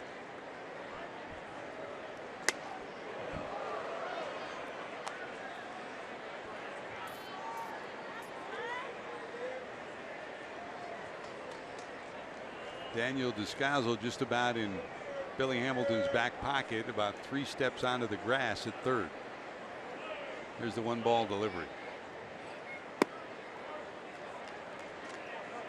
And this is where Pete Rose or Brett Butler were at their best, Chris. You draw in that third baseman and then that short, quick swing.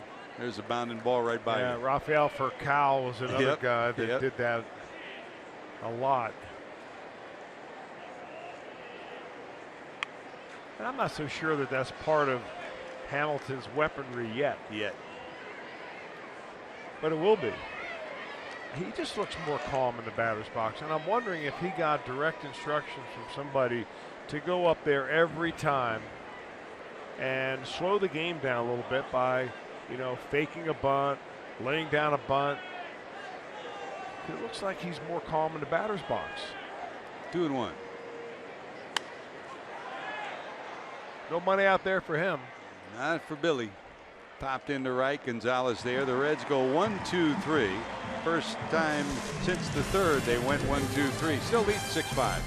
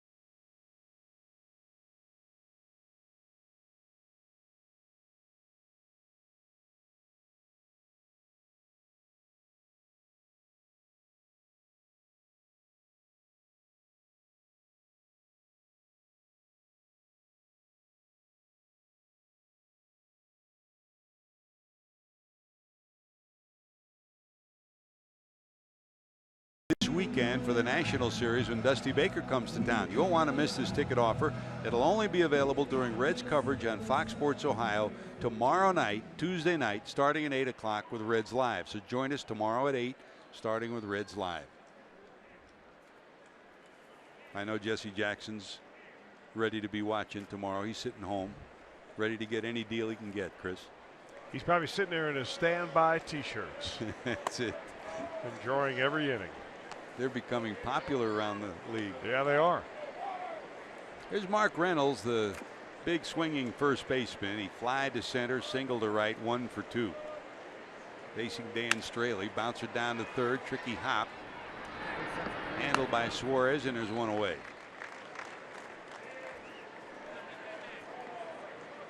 Straley could use another nice easy inning. He has yet to have a 1-2-3 inning. He did have a 4-batter inning last inning in the 4th when he got a couple outs and then gave up a double and then was able to retire Carlos Gonzalez.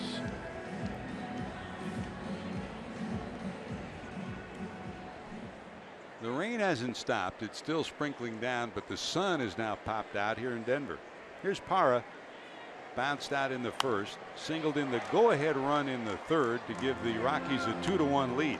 Now that's a pitch right there that I find so intriguing from Dan Straley.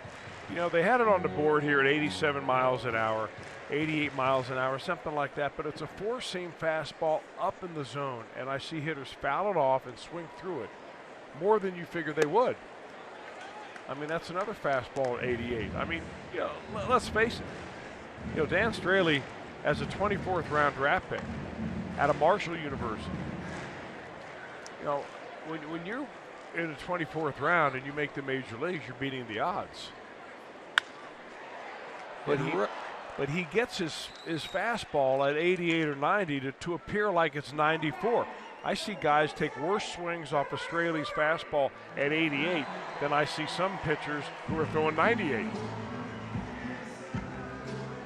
And that's where I'm wondering if there's a way that baseball, the next step in their metrics and their analysis and so on, is that how are they going to figure out, you know, what deception is all about? Because Straley certainly has it. And when you do that, you're going back to basic baseball again. You know, metrics, numbers can tell you everything, but I mean, that's been a way of life as a pitcher ever since, right? Well, yeah, I mean, you know, hitting is timing and pitching is upsetting timing. Yep. But how you do it, of course, is the trick. Power lines out, a bullet to Cozart. Here's Trevor Story, struck out in the second and then walked on a 3-2 pitch in the third.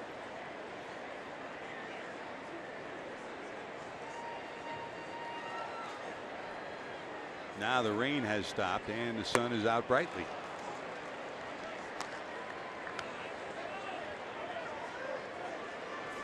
One ball, two strikes.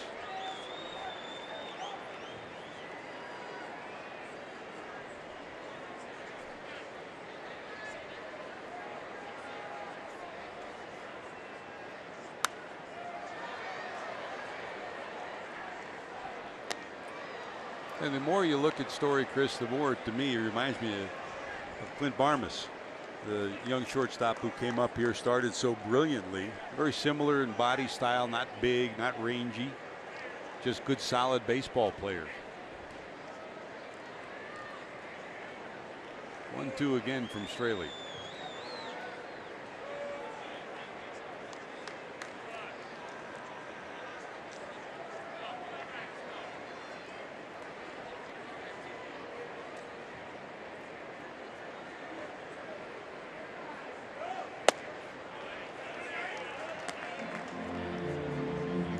Story has been in the minor leagues with the Rockies for quite a while. He signed when he was 18 years old. He was a first-round pick, although he was the 45th pick taken that year. I'm not sure how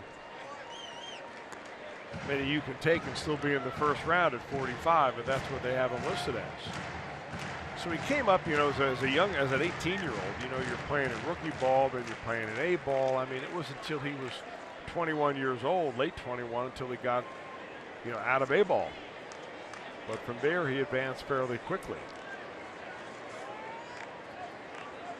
And there's a decision as we head towards the June 9th draft.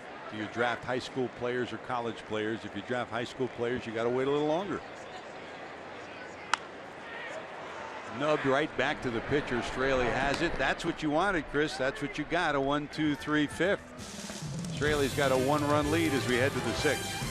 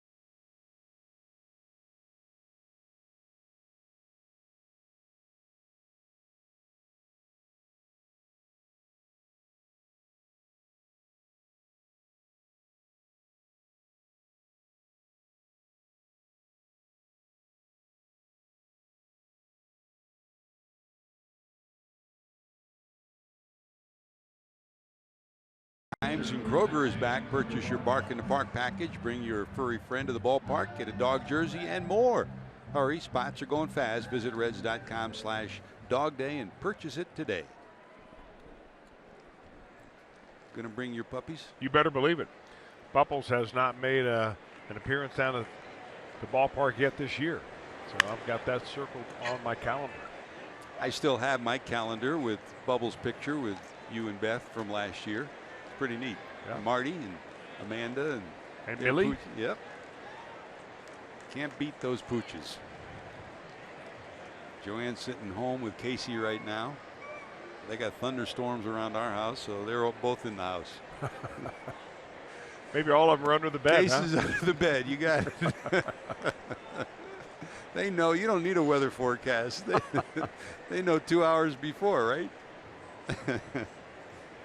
Here's Tucker Barnhart. Talk about a tale of two streaks. Here's the stretch and the 1-1 delivery.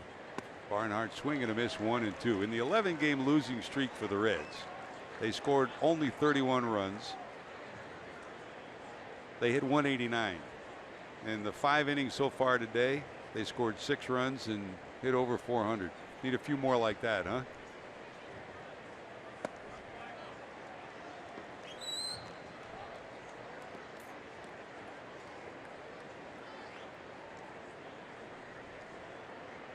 Barnhart intentionally walked in the second and then flied to left in the fourth.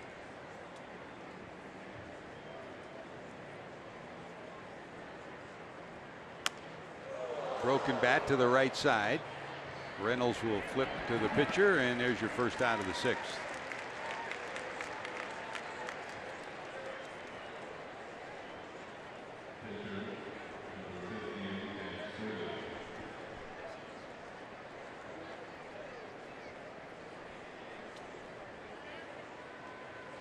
Australia will hit here in inning number 6.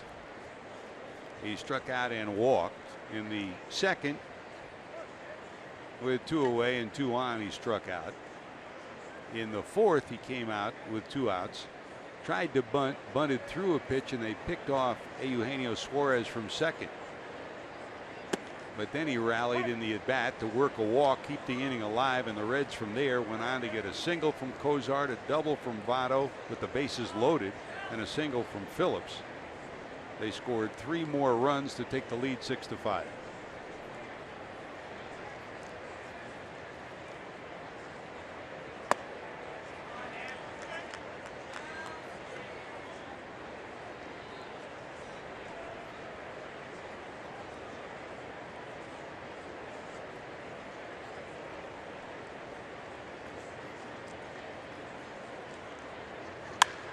It's pretty hard to left. Gonzalez going back. He'll haul it in at the warning track.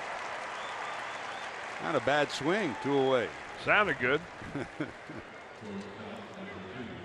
Hey, make Great American Ball your family day destination this Sunday. Take advantage and save the family Sunday ticket offer. Enjoy live mascot races, face painters, games, and a whole lot more. Plus, thanks to Queen City Sausage, all kids 14 and younger receive a Zach Cozart Fathead. For tickets, call 513-381-REDS or visit Reds.com. That's this coming Sunday. And here's the aforementioned Zach Cozart, homered, flied out, and reached on an infield hit. So 2 for 3.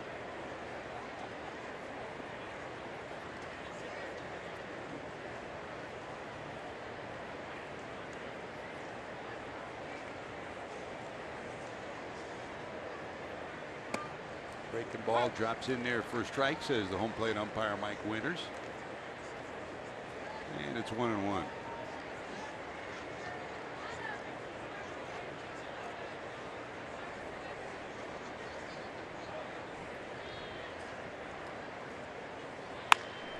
Ripped down the left field line, but foul.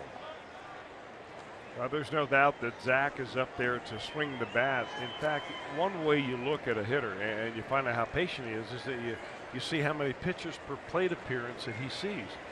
And for Zach Cozart, really since he ever came in the league in 2011, that number is getting smaller and smaller every year.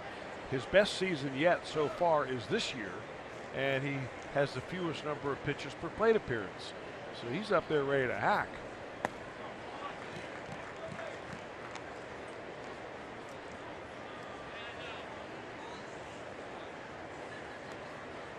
Two balls, two strikes.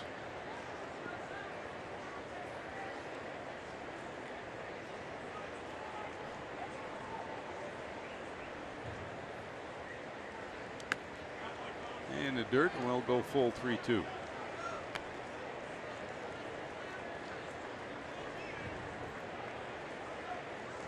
Joey Votto delivered big time, a bases loaded one-hop double over the center field wall to tie the game at 5 in the 4th. On deck here in the 6th.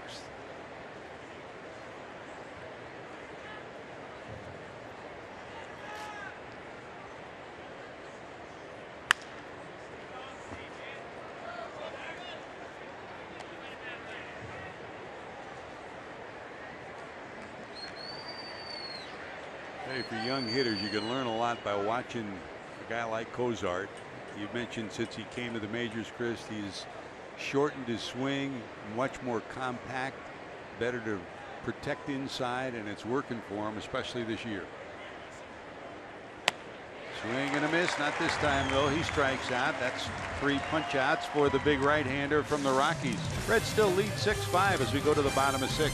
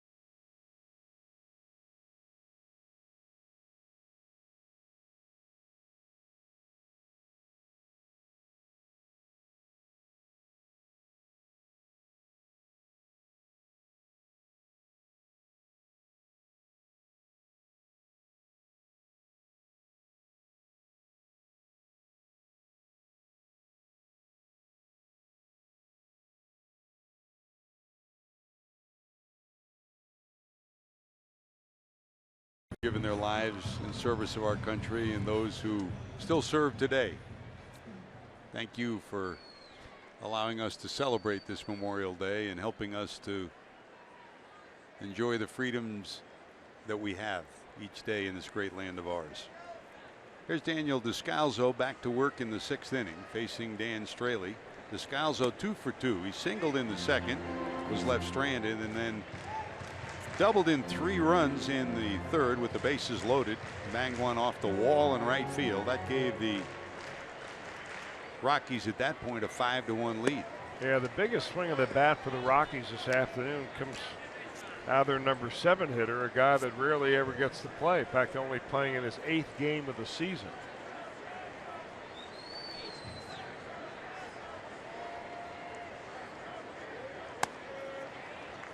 And the 3 runs batted in give him 16 runs batted in against the Reds in his career. That's in part-time play. So this you don't want to start it off with a base on balls. So this is time now for Straley to check himself and come right back there and climb the rungs of the ladder. Descalzo will be taking this pitch too. Action in both bullpens, so neither manager will go far, and that's a Coors Field story. This one lined to center. Here comes Billy. Got it.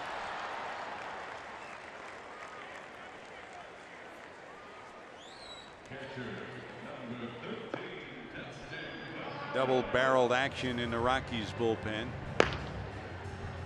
Jason Mott loosening, another former Cardinal who's had elbow and shoulder difficulties, back off the disabled list. The one-time closer for the Cardinals loosening, and there's stretching going on in the Reds bullpen as well.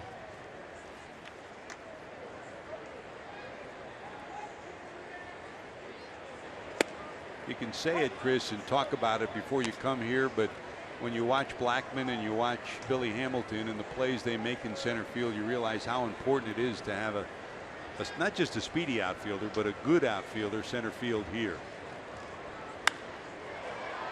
Down the left field line, foul by the catcher Garneau. This is a ballpark that looks a lot bigger when you get into it than it does from the street level. They built it down about, I don't know what, 5 or 6 stories it seems like from street level. So you walk up to it and you know you're sitting way above the field, much like you do at Great American Ballpark when you come in from street level in the main gates. But when Dan Straley came out of the dugout and he looked around, he said, boy, this looks so much bigger than he ever thought it would. And the field is bigger. Down the lines, it's longer. It's 350 feet down the right field line, 347 down left, 415 to dead center field. So those dimensions do require more speedy outfielders, especially your center fielder. You still want the thumpers in the corners. 1-2 is up high, 2 balls, 2 strikes.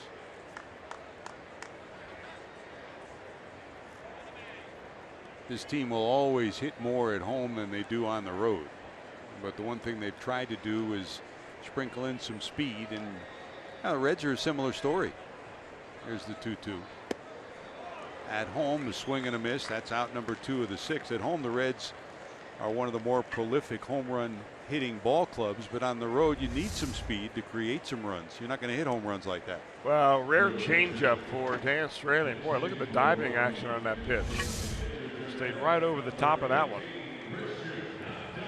I'm wondering, George, if with what we're seeing the last few years and the rise of the average velocity of a major league pitcher, especially out of the bullpen, and reduction in home runs, because there's a proven fact that when you throw really hard, you don't give up as many home runs, that you're going to see teams more shift towards speed going forward, trying to be a little bit more athletic. You're going to have to, play a little small ball to get some runs.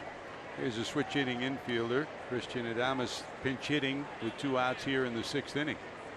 Good solid defensive player. This one looped into right, charging is Bruce, and it'll drop in front of him. Off the end of the bat, but good enough for a base hit.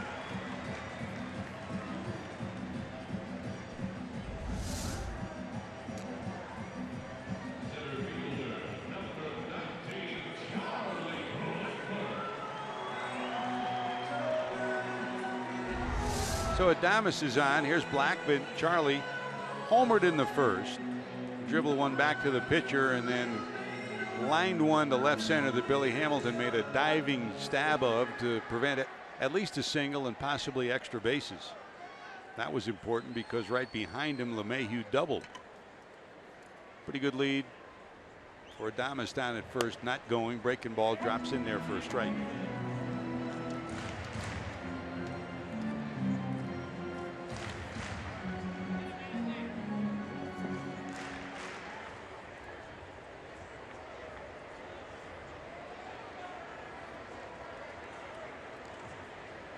Runner not going, fouled off at the plate, and it's 0-2.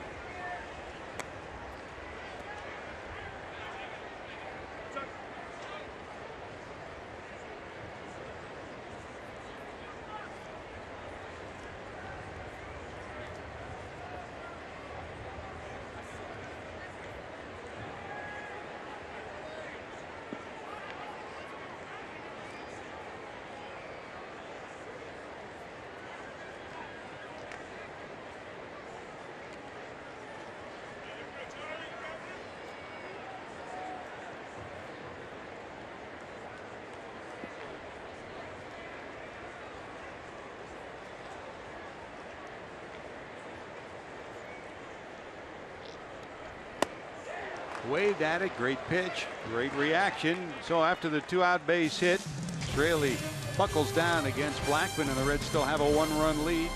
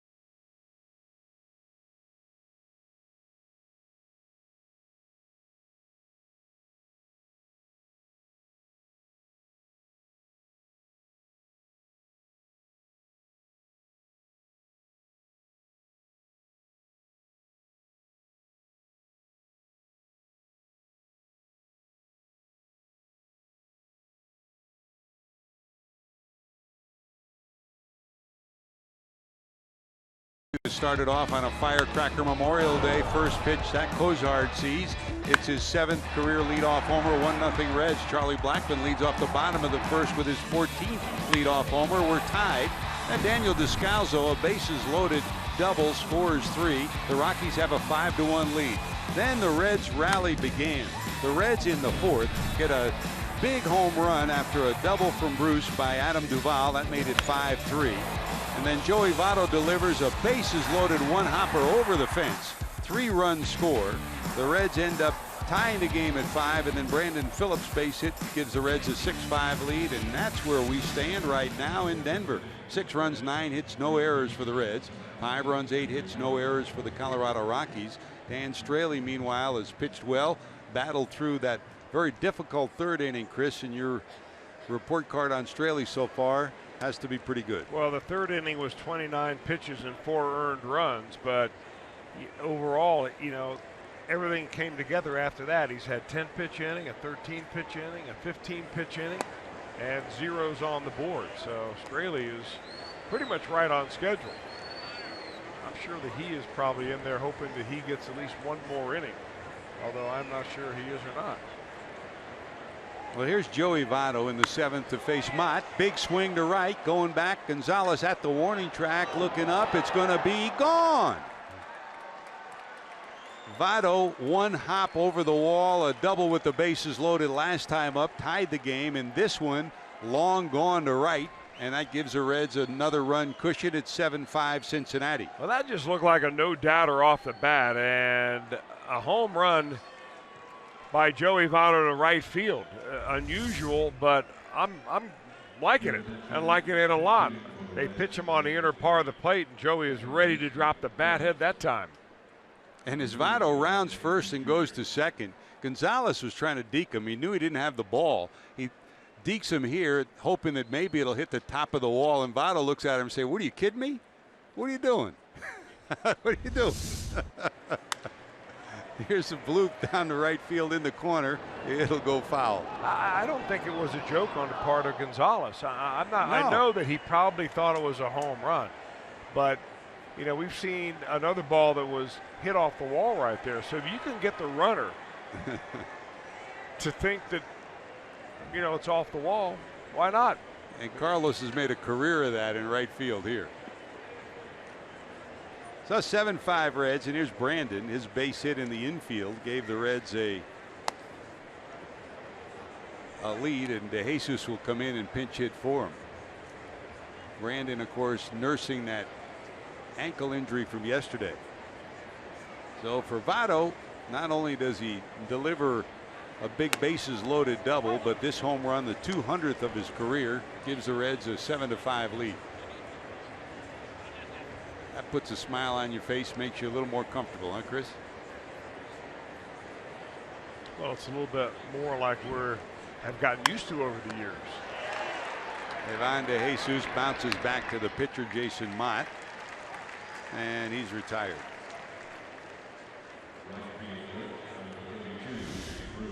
Well, pretty good company. We've talked about this a lot in the last month. Reds players with 1,000 hits and 200 home runs. JB at the top of that list, of course. Votto now 1,263 hits, 200 homers. Jay Bruce already in that 200 home run category. Now with the most home runs at Great American Ballpark as well. Here's Jay fouling this one off to the left side. Is there going to be room? Descalzo there, and he got it. So 2 away. Here comes Adam Duvall. Duvall homered. His was back in the 4th. His 12th of the year. His 10th in the month of May. That's #1 in Major League Baseball.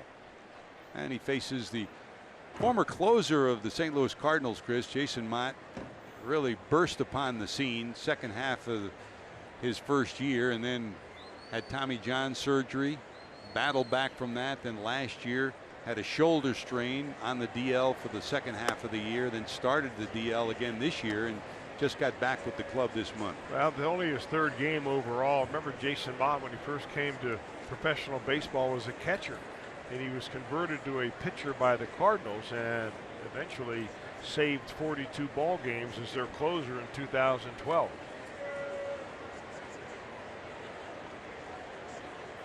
Kind of reminds you a lot of the guy who's a couple of booths down from us, Jeff Brantley. Not big in stature, but boy, a big heart, a battler. There's a hard hit shot down to short. Story has it. In the dirt, bobbled, but held on to by Reynolds. Nice play by Reynolds at the other end.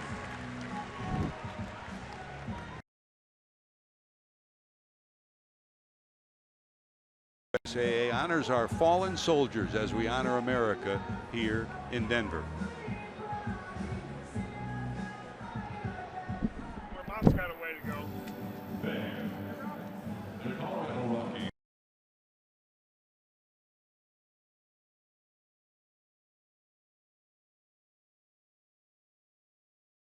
USS Colorado, the newest of the Navy's nuclear submarines, under construction in Groton, Connecticut.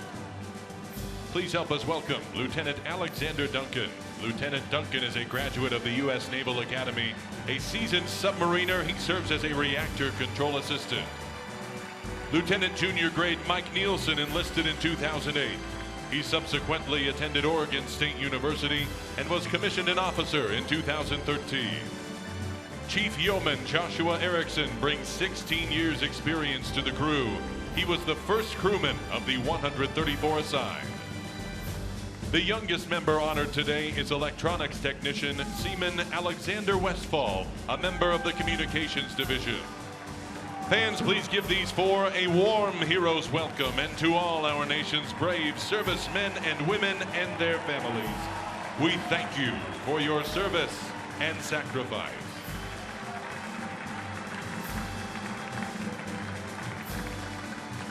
Ladies and gentlemen, please rise as we honor our great country with the performance of God Bless America.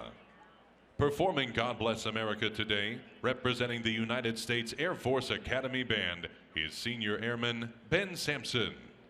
Additionally, please direct your attention to the rock pile where locally assigned Navy sailors from NIOC Colorado will be unfurling the American flag. Ladies and gentlemen, please join Senior Airman Sampson by singing along to God Bless America.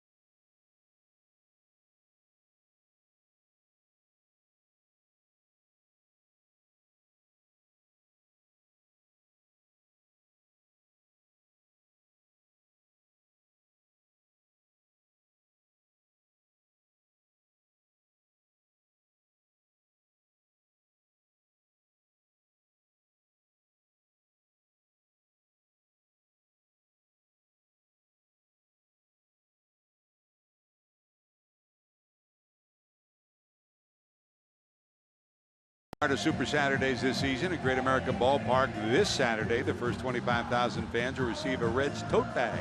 Catch all the action when your Reds take on the Nationals for as low as $12. For tickets, that's right, I said $12. That's as low as $12. For tickets, call 513-381-REDS or visit reds.com. There's a new pitcher for the Reds. Blake Wood will take over. Didn't allow a run last 3 appearances, trying to keep it right where it is. The Reds a 2-run lead as we go to the 7th. DJ LeMahieu leads it off. Gonzalez and Reynolds due to follow, Chris. You know, normally, George, when a pitcher goes out and gives up 5 runs in 6 innings the way that Straley has, you think, well, that's not a great job. But today, it's a real solid job. Good point. He gave up the leadoff homer to Blackman in the first. In the third, a run scoring hit by Parra made it 2-1, and it all started with a 2-out walk that he gave up. 3 straight singles, another walk, and then a double by Descalzo made it 5-1. From that point on, he retired 9 of the next 10. Well, the dangerous thing for the Reds and their bullpen has been their inability to throw strikes when they have to. And this is a ballpark where you simply cannot let the other team get back in it by walks. Ivan De Jesus, who pinch hit for Phillips, in there at second base. You know, if I'm running a scouting meeting of a team like the Reds, where a lot of these guys have never been in this ballpark before, I'm throwing that scouting report in the trash can. I'm saying, you know what, there's one thing to think about here. Throw the ball over the plate and throw it at the knees. Because the scouting report of the players actually takes a second seat to being able to get ahead and keep the ball down. Because you're going to find your breaking ball doesn't break like it used to. Especially your softer breaking pitches. Here's the 3-2. That's low ball 4, a leadoff walk here in the 7th. LeMahieu struck out, flied out, doubled in the 4th, and this walk in the 7th. And here's Carlos Gonzalez. So far today, the Reds have kept his damage to a minimum. He walked twice and popped up. That pop-up came in the 4th.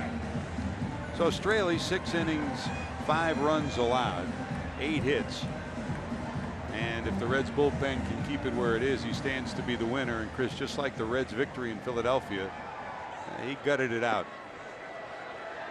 Here's Gonzalez. The left-handed swinger digs in against Wood.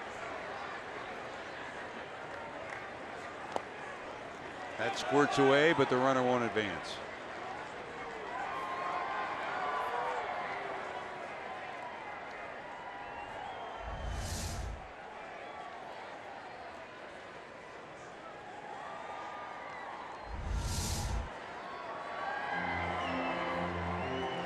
I think Barnhart just gave Wood the same directives you just talked about. Let's just throw strikes, buddy. I mean, Wood has been around a little bit. I mean, there were 2 years back-to-back in Kansas City where he pitched 101 games, 106 ball games. He's had some injuries. He spent last year in AAA with the Pirates organization. But you can see that he's got plenty of arm. And for Wood, it has always been location rather than anything else. He's always had a big arm, but he's got a complicated delivery. He's got a rotation and a tilt. That just makes things a little bit difficult to repeat. Center field, Billy Hamilton over. It's going to go over his head. Hit like a rocket off the bat of Gonzalez. They're going to hold the runner at third. So it's second and third. I mean, that ball just kept sailing on Billy. At first, I think he thought he had a chance at it, but it just sailed over his head, one hop to the wall, and it's second and third with nobody out. Well, this is what it looks like when you hit a ball right on the button. And you can see what's on the outer part of the plate and how Gonzalez really likes to reach for that ball and just throws the bat head at it.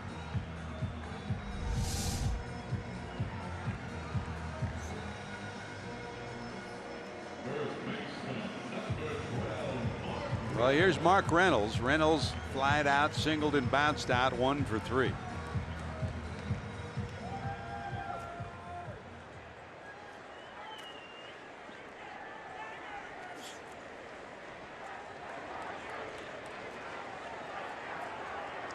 Wood to the stretch, runners off second and third.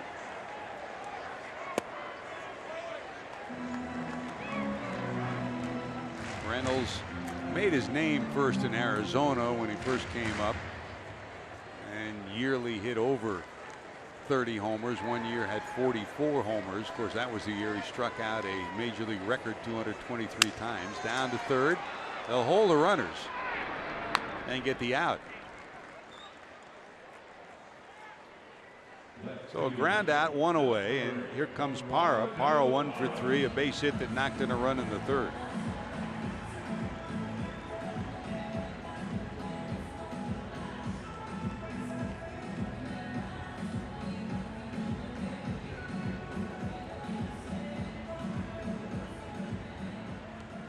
The Reds will give up a run if it's hit to the shortstop or the second baseman. And Wood's got plenty of arm to be able to get out of this inning, but Parra is not an easy customer. From the stretch is Wood, the big right-hander, ready to deliver. Missing.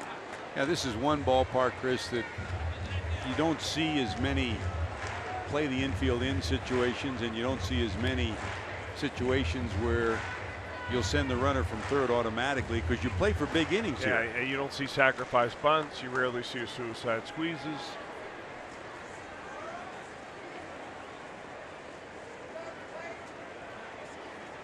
There's the strike one to Parra. Both times he missed his location, but both times Parra swung and missed.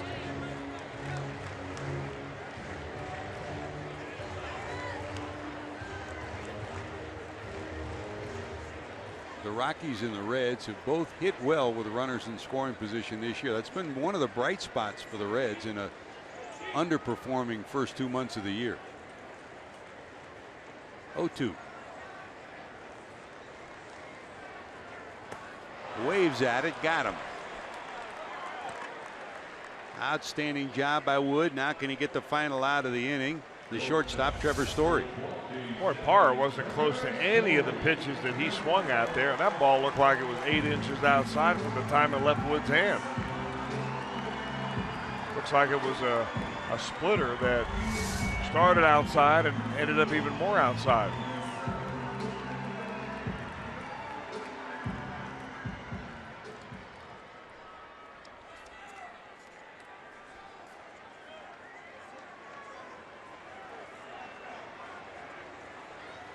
Here's Story. Today struck out, walked, and bounced back to the pitcher.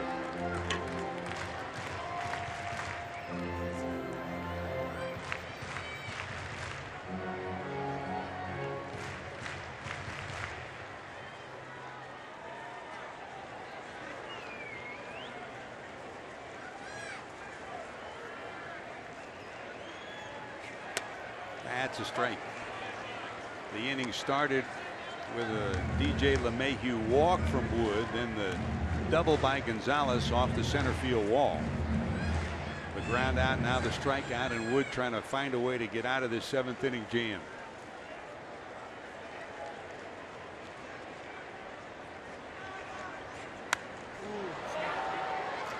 That's the home run swing that's produced 14 round trippers for Story this year.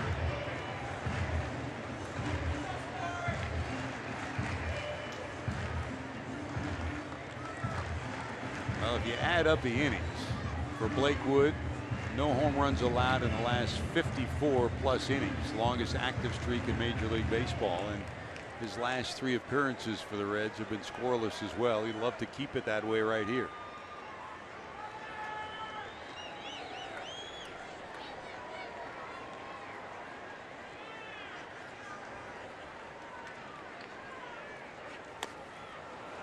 Just hanging in there is Story, 1-2.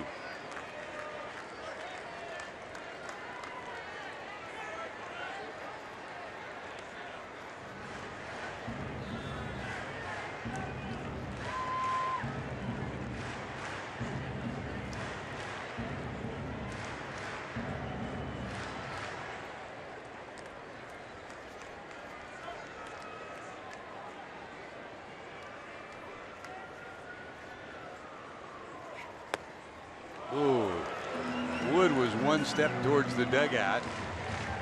Barnhart held it there for the extra instant, but they don't get the call from Mike Winters.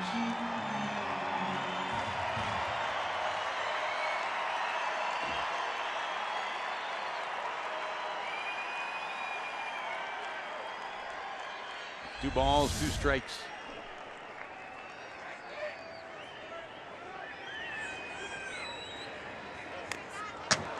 And another pitch where he just gets a piece.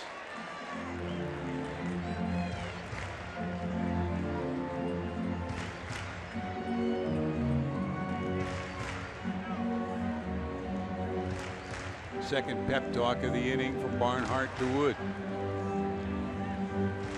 And it ends with the old pat on the side.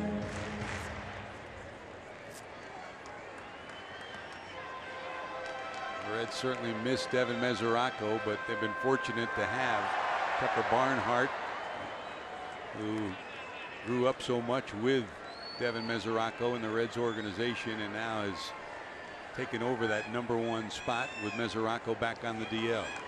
Here's the 2-2 again. And we'll go full 3-2. Descalzo on deck for the Rockies.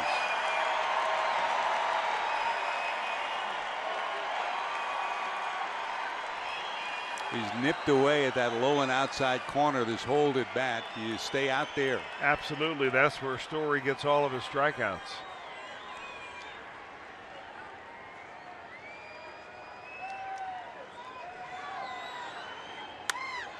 Bloop down the right field line, but it'll be foul.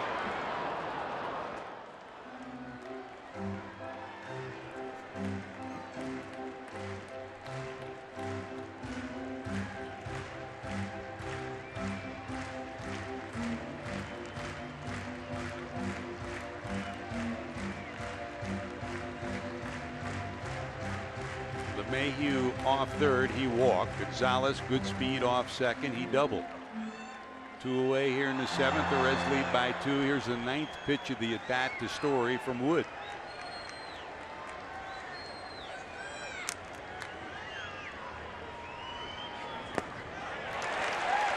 Couldn't get him to go, and there's the second walk of the inning. So the bases are now loaded, and here comes Descalzo.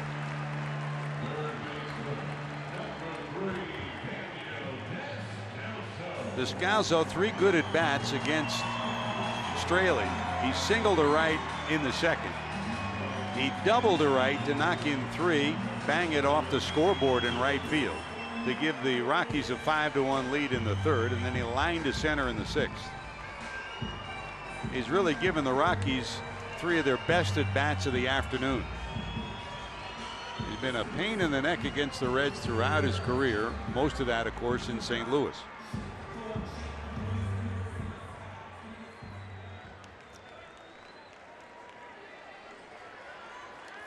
So no place to put him. Wood ready to go to work. Descalzo in his career has faced Wood once, and he's 0 for 1 against him. A little bit more difficult to strike out Descalzo than it is Story. Story will strike out about a third of the time. Descalzo, shorter swing. He'll find a way to get the bat on the ball, spoil your best pitch. Reds infield back normal depth now. Cozart behind Gonzalez, the runner at second. Here's the strike 1 delivery. Down to second. Ivan De Jesus Jr. gobbles it up, and Votto keeps the foot on the bag, and that'll do it. So 2 walks and a double, but no harm. Wood wriggles out of the trouble. Reds still lead 7-5.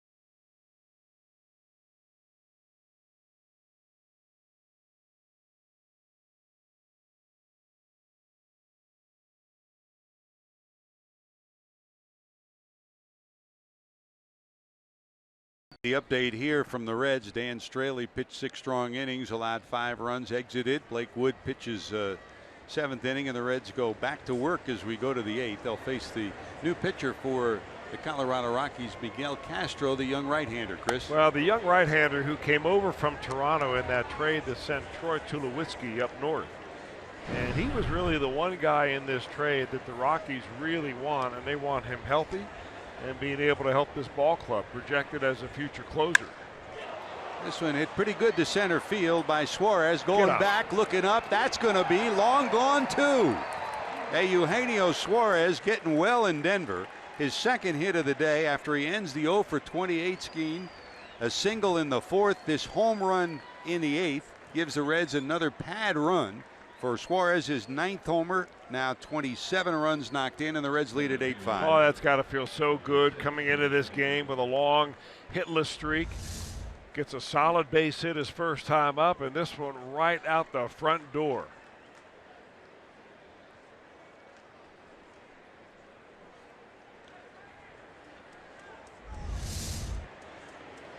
So the lanky right-hander gives up a home run to the first batter he faces. That's something the Reds know a lot about. 10 times this year the Reds bullpen has done exactly that. For Suarez, a big sweet swing. He's 2 for 4, and the Reds lead at 8-5. And you mentioned what the Rockies wanted from the Toronto Blue Jays, Chris, and I think Castro's name was on everybody's list. The Reds, of course, last year in trade talks with Toronto, also had his name on that same list. Billy Hamilton swings and misses out in front of that, and it's 1 ball and 1 strike. Billy reached on a bunt hit in the 2nd. Hit a bloop hit in the 4th to keep the Reds rally alive. A rally that saw them score 5 runs and take a lead. There's a bouncer into right field, a base hit. Billy's going to wheel it around first. He'll cruise into 2nd, an easy double for the speedy Billy Hamilton. Don't you love watching that guy run? Man, it's like poetry in motion. For most people, it's the big turn and hold at first. For Billy Hamilton, the train is going all the way to Albuquerque. I'll tell you, what a great day for Hamilton. He's played super defense. He's laid down a bunt. He's got a base hit to left field and now a base hit to right field that turns into a double. If you're a Reds fan, you're seeing what you hope to see from Billy Hamilton most nights. Well, For number 6, it's been a great day. And I think that people have been very impatient with Billy because they thought, well, here's a guy that set the all-time record for stolen bases in the minor leagues. It's a cinch. He's going to come up here and kickstart this offense. And it's just not that easy. He's been injured, a couple of different injuries Hamilton has, and you got to be a little patient with these young players. Here's Tucker Barnhart. Walk, popped up, bounced out, 0 for 2.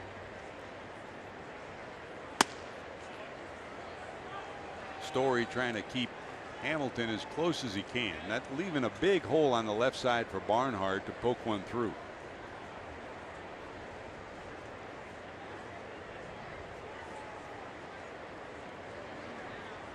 Two balls, no strikes.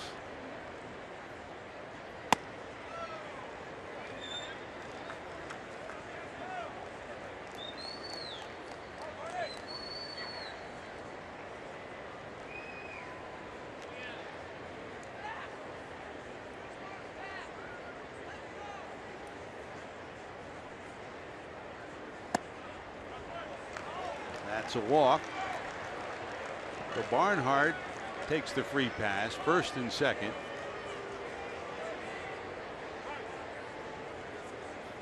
Still nobody out after the homer from Suarez. And out comes Steve Foster, the former Cincinnati Reds pitcher, the pitching coach here, Chris, to talk to his young right-hander. And for the Reds, Tyler Holt was in the on-deck circle, but now with the walk, they'll send up Brandon Finnegan to pinch hit, looking for a bunt here.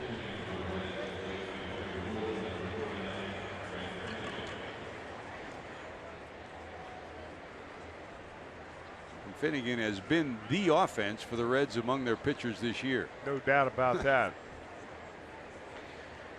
Well, it's probably just a calm down message that Steve Foster had for Miguel Castro. After all, Castro's just 21 years old. I mean, you think the Finnegan's young, he's 23.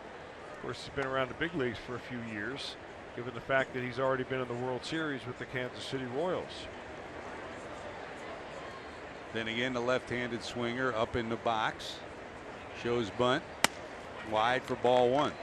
I'll tell you, for a guy that averages 97 miles on his fastball, and that's why he was on top of everybody's list if the Toronto Blue Jays were going to do some dealing. He can't be an easy guy to lay a bunt down off of. He gets it down. They'll have to go to first. Successful sacrifice by Finnegan. So the Reds pitchers have helped themselves here. Finnegan gets the bunt down successfully. Straley worked a big walk to keep the Reds rally alive in the 4th. So now second and third. First out of the inning. Back to Cozart at the top of the order. That one make you happy? Oh, you better believe it.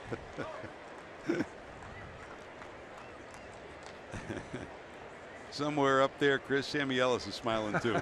You better believe that too. Here's Zach. Cozart a leadoff homer in the 1st. Singled in the 4th.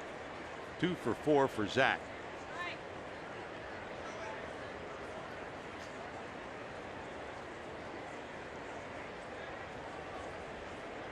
Infield in for the Rockies.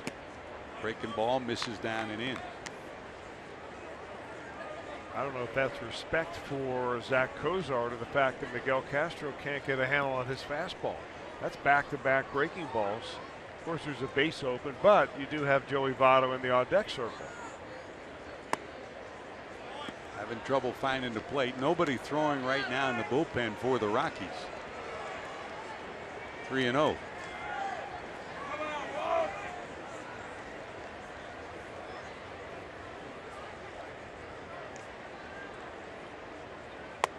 Down the middle for a strike. I mean, he's got all arms, legs, head, everything waving at you. It's well, you know, very deceiving. Yes, he has, but he's given up a home run, a double, and a base on balls in this inning. Sawed him off, blew down the left field line. Long run, will it drop? Fair. It's a fair ball. Here comes Hamilton. He'll score, and it'll be first and third. Might have broken the bat, but the end result is a run-scoring base hit. The 3rd hit of the day for Cozart. About the one place you could place it where nobody could get to. Playing the infield in. Burns the Rockies on this one. Right inside the line is Baby a Lamb. Perfect placement for Cozart. 3 knocks for Zach. And a run coming in. You know, as hard as this young man throws, and he may, I mean, he's 21 years old, okay? He should be a sophomore or junior in college, yeah, for goodness sakes. But I don't see swing and misses up there out of, 95 and 96 miles an hour. Well, here's Joey. Today he's had a couple of pretty good swings. A double in the 4th. That tied the game at 5, came with the bases loaded, 2 runs scored. And then in the 7th, a leadoff homer to give the Reds a 7-5 lead. The homer, the 200th of his career.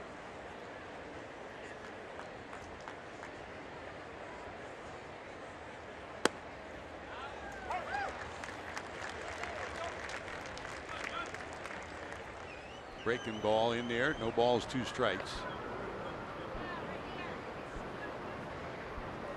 Action in the bullpen for the Reds. Ross Ohlendorf loosening for Cincinnati.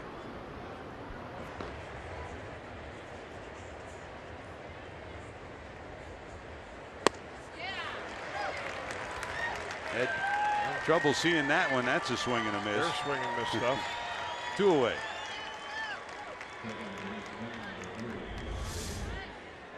Low gas.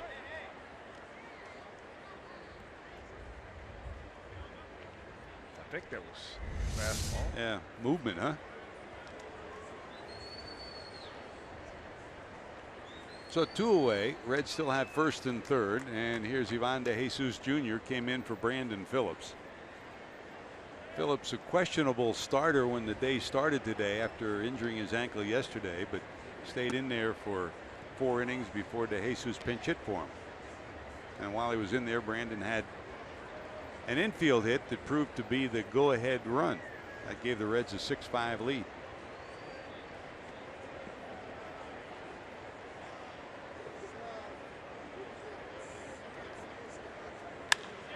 Line drive, left field. That's going to get another run in.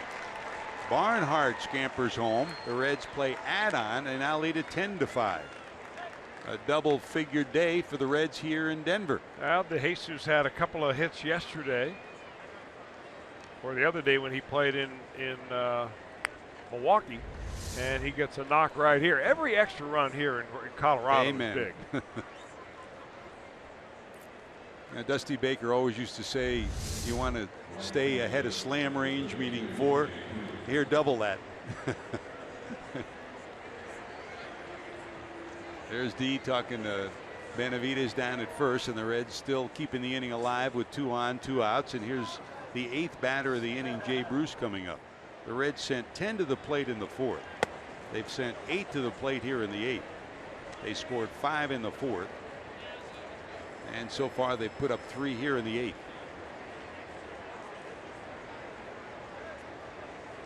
10 runs, 14 hits for Cincinnati, 5 runs, 9 hits for the Rockies. Now there's action in the bullpen for the Rockies. Chad Qualls, the veteran right-hander, loosening.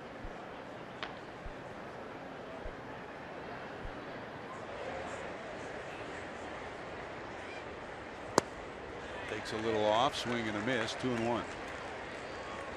Jay today popped up. Double to start the Reds rally in the 4th, scored on the homer by Adam Duvall. Bounced out to end that inning, and then in the 7th popped up to the 3rd baseman. Off balance, popped into center. Who's going to get there?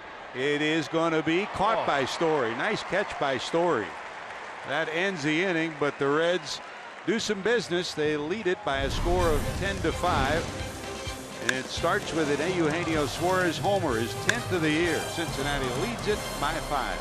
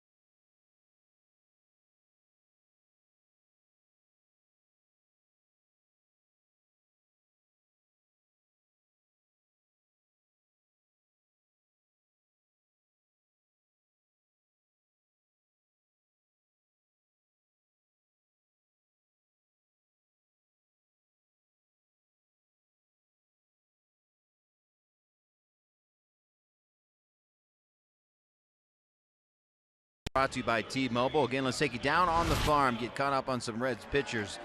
At Louisville, AAA, Cody Reed continues to roll. 8 starts, 2.70 ERA, and look at the strikeouts per innings pitched. AA, Amir Garrett, the lefty. 10 starts, 4-3 record, under 2 ERA, also striking out a ton of guys. And down at High A, Daytona, Kairi Maya, 2.64 ERA. A lot of Reds fans know about Reed and Garrett. Kairi Maya was one of those players that came over in the Mike Leake trade last year, and the Reds think he has a bright future. Thank you, JD, and we await at the end of the game. We're Reds Live post game, where the guys will update us on Anthony DeSclafani's outing today.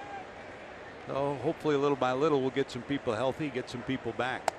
Here's the big, tall right-hander for the Reds, Ross Ohlendorf, who takes over as we go to the bottom of 8, Chris.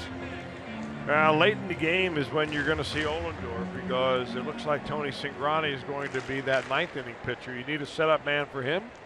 And right now it's Ollendorf, who pitched pretty well his last time out. We got him throwing the ball anywhere from 95 to 97 miles an hour for Ollendorf. So, and that was in just yesterday's ball game.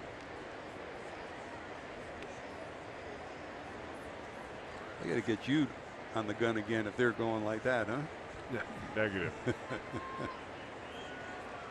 1 ball, 2 strikes.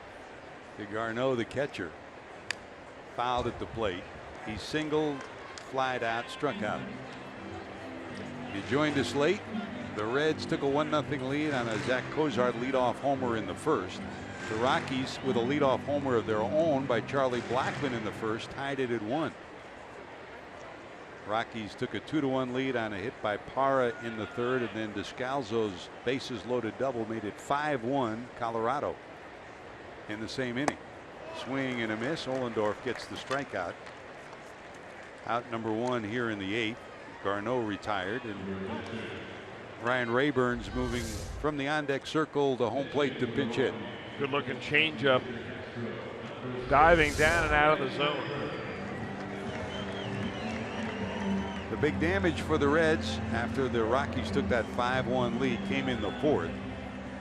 A homer by Duvall, a 2-run shot, brought the Reds to within 2. Suarez single brought them within 1, and then Joey Votto's bases loaded ground rule double tied the game at 5, and Brandon Phillips single gave the Reds a 6-5 lead, and they haven't been headed since. Votto added his 200th career homer in the 7th to give the Reds a 7-5 lead. Eugenio Suarez made it 8-5 with a leadoff homer in the 6th.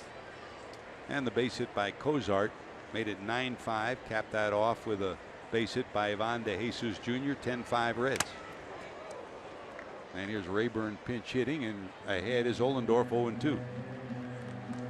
And the other thing, Chris, that Ollendorf gives you in his own quiet way is he gives you some stability, some veteran presence in that bullpen for the Reds. Barnhart got racked on the forearm earlier and gets his bell rung with that foul ball off the mask.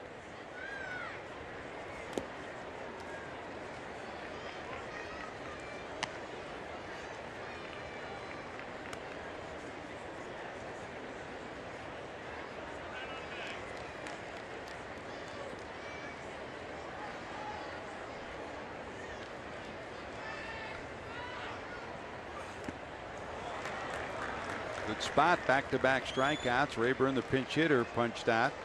So 2 away here in the 8th. Back to the top of the order, Charlie Blackmon. Well, you got to know what you've got going for you on any particular day. And yesterday for Ollendorf, the one inning that he pitched in Milwaukee, it was almost all fastballs. Today it's sliders and changeups. That ball really has some bite to it, and he gets his 2nd strikeout in a row. So here's Charlie Blackmon, homered in the first, robbed of a hit on a diving catch by the center fielder Billy Hamilton in the 4th. So overall for the day, 1 for 4.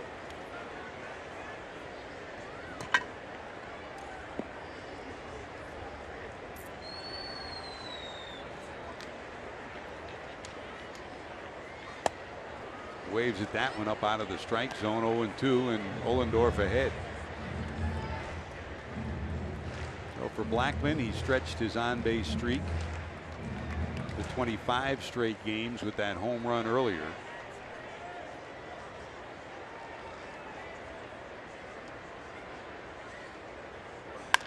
Bouncer to the right side. Votto flags it down. Now it's under his glove, picked up by De Jesus, and they'll get the out. Votto screened De Jesus. Ivan does a great job of getting it. Ollendorf tags the bag, and the Reds go to the 9th, leading 10-5.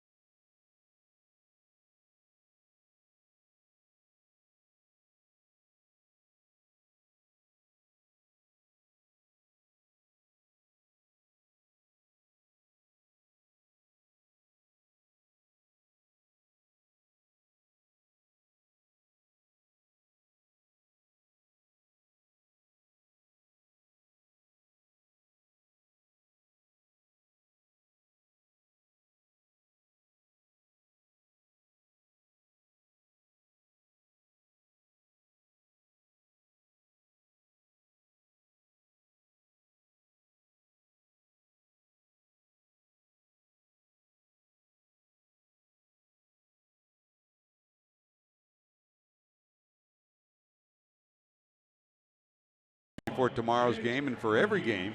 Well, all the information you need with Reds Live on Fox Sports Ohio, presented by Ray St. Clair Roofing. And our starters for tomorrow, John Moscott's back, Chris, back off the disabled list, back off a couple of side sessions. He'll face John Gray. So it's Moscott against Gray tomorrow. That'll be an interesting matchup. Interesting to see John Moscott back out on the mound. I talked to him before the ball game today, raring and anxious to go. In the meantime, the Reds will face a left-hander that is normally their closer, looking for saves, but not so today for the left-handed pitcher Jake McGee, who's taking the mound. Out there to get a little work. McGee came over from the Tampa Bay Rays. And a trade that they made with the Rays in January that sent Corey Dickerson the other way into the American League.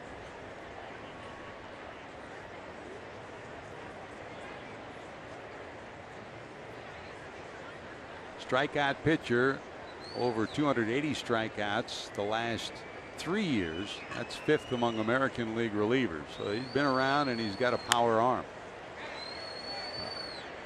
Here's Adam Duvall, who's got a power bat for the Reds. Duvall's homer in the 4th. Our Volkswagen drive of the game. He drills this one into the bullpen in right center field for Adam. That's his 12th home run, 10th in the month of May. That's more than anybody else. Slugging percentage over the .570 mark. This one hit pretty good to right, back at the warning track, and that's going to be off the top of the wall. Did it go over the fence? Yes, it did. It's a home run for Duvall, a 2-home run game for Adam. So McGee, the first batter he faces, touched by a home run here in the 9th, and Adam Duvall continues his unbelievable stretch, Chris. It is really incredible how Duvall has just settled in to be one of the main power threats in the entire National League. This is the 3rd time today that the Reds have greeted the first pitcher that Walt Weiss has brought into a ball game with a home run. Turnabout is fair play finally, huh? Votto greeted Jason Mott. Suarez greeted Miguel Castro, and it's bye-bye by Duvall against Jake McGee. So 11-5 Cincinnati, and here's Suarez. What a month of May, capped off with his first career 2-home run game. McGee trying to collect himself on the mound, takes a big deep breath and starts over again against Suarez. Suarez will have a day he'll remember too. 2 hits, including his 10th homer.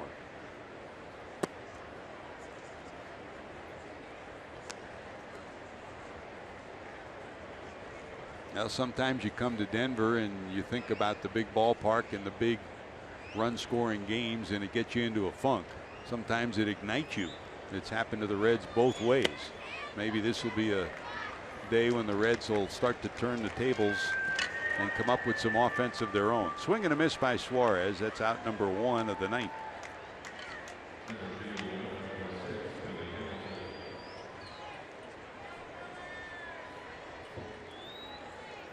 A 2-home run game, impressive in any day, Chris, but the fact that both of them were to right and right center field, even more impressive for Adam.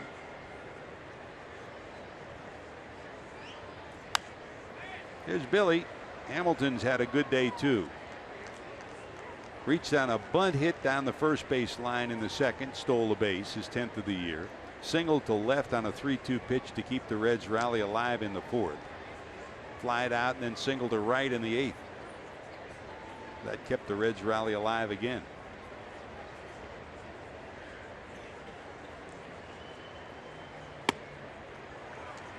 Fastball, swing and a miss, 0-2. It always happens here, Chris. The next day starting pitcher, when you ring up double figures saying, how about leaving some for me? Don't get your arms tired.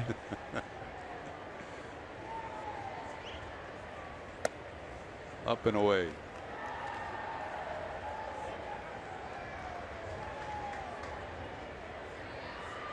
The ballpark giveth, the ballpark taketh. On this day, Zach Cozart started it all for the Reds with a leadoff homer, his 6th homer of the year, his 7th leadoff homer.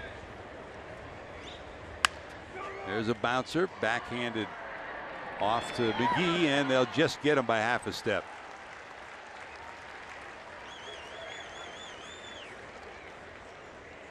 By Hamilton retired, 2nd out of the inning on the 3-1 put out, and here comes Barnhart. McGee out there laughing. So where the heck did he come from? Reynolds saying, "Man, that guy's fast." Where the heck did he come from?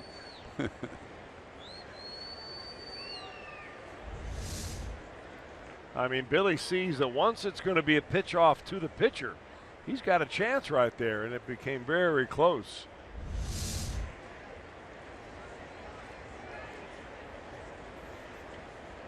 Here's Tucker, 2 walks in 4 plate appearances, 0 for 2.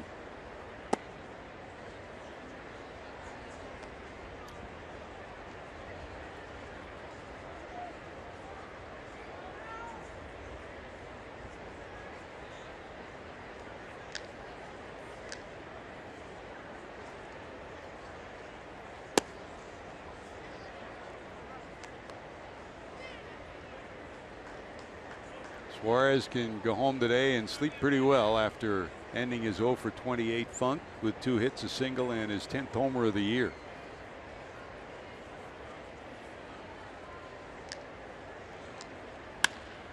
Through the legs of the pitcher, backhanded by LeMahieu, long throw, and they will not get him. A good effort by Reynolds to make the tag, but just missed him on the swipe, and Barnhart will have his first hit of the day, an infield hit here in the 9th. So Tucker joins the party. Tucker has been in the party a little bit, in as much as he's been on 3 times today. An intentional walk, a regular walk, and this infield hit right there, just in front of that tag. Good effort by the big, tall second baseman. LeMahieu reminds you a lot of Ronnie Oster, doesn't he, Chris? The way he ranges far, and big, tall second baseman, aren't many of them around. He's in good company when you're comparing him to Ronnie Oster. You're not kidding. A great competitor. The Reds never had a better competitor than Ronnie O.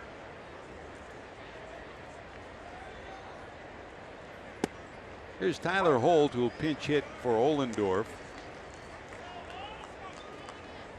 here in the 9th. Holt always provides energy wherever you insert him, offensively or defensively. Short lead for Barnhart down at first. Big breaking ball misses. And it's 1-1. LeMahieu due to lead it off in the 9th, followed by Gonzalez and Mark Reynolds, with the Reds leading 11-5.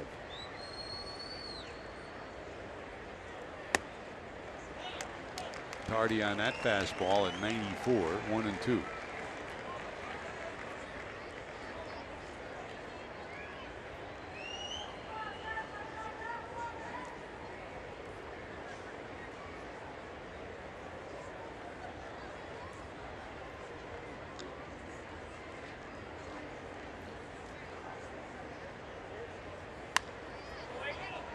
Slapped the other way, and this crowd of just a little over 30,000, 30,608, treated to a little bit of everything today. Some decent pitching early, bright sunshine, then some wind and rain, and then the Reds' offensive explosion in the second half of this ball game. Reds trying to return the favor after last year the Rockies defeated the Reds on Memorial Day.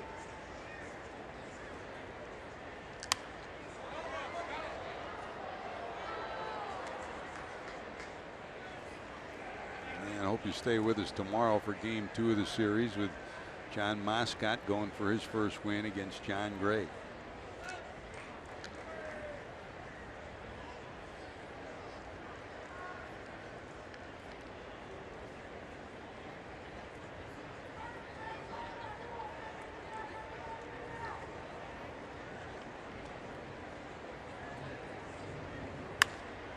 That's a liner into left, a base hit for Holt. So Holt continues his hot week on the road. His base hit brings Cozart back to the plate.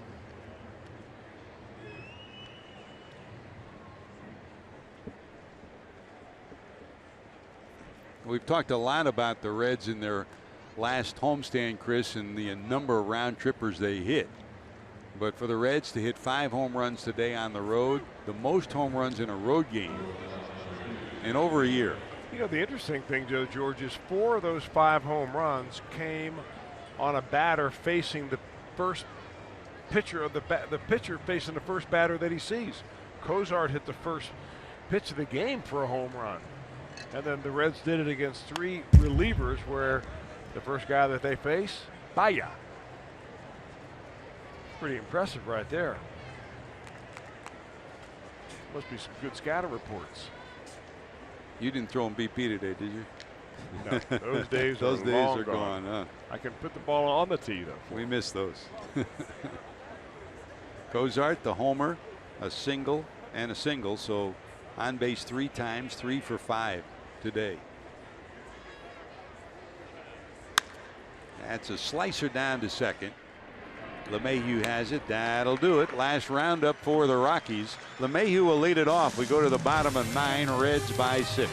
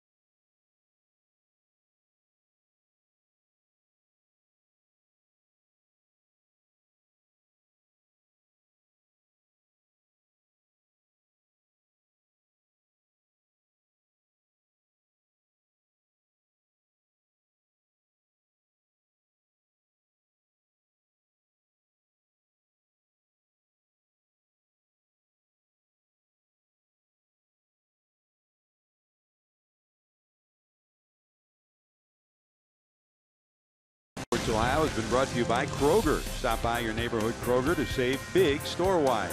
Great food, low prices, all at Kroger. And by Toyota. For over 30 offers, visit buyatoyota.com. Toyota, let's go places.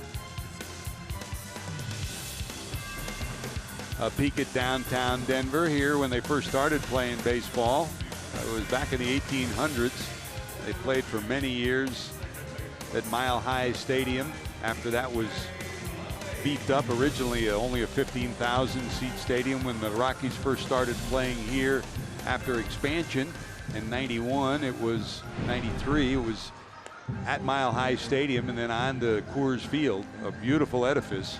And today the Reds trying to do something they've had difficulty doing, Chris. They have not played well here over the years.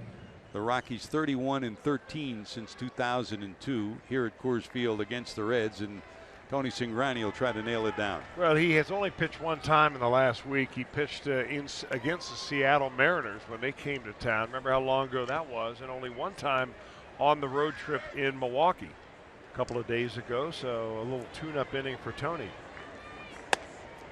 Fastball wide for ball 1. Cingrani faces 2, 3, and 4. DJ LeMahieu 1 for 3 and a walk, a double in the 4th inning. Carlos Gonzalez has 1 double in 4 plate appearances and 2 walks, and Mark Reynolds a single in 4 plate appearances. That's a strike.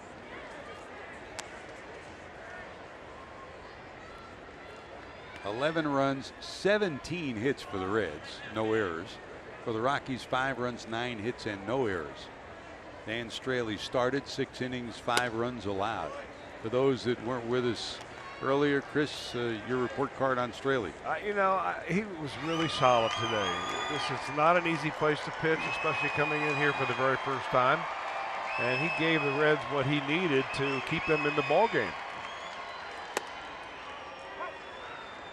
Full count, 3-2 to LeMahieu.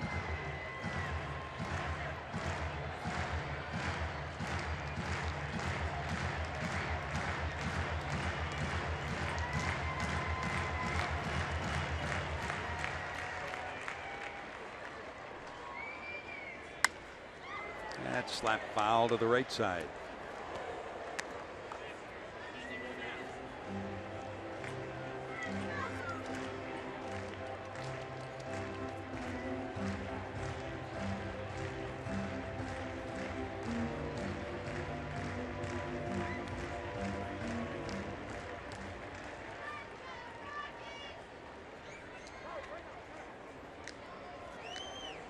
A little late ask for time and granted by Mike Winters at home plate as LeMahieu steps out.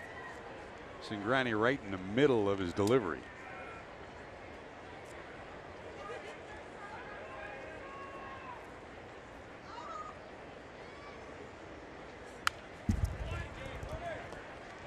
See, now some guys look good in the camouflage hats and some don't. Cingrani looks like he's made for it with the beard. The zinger looks like this is going to be one of his favorite hats.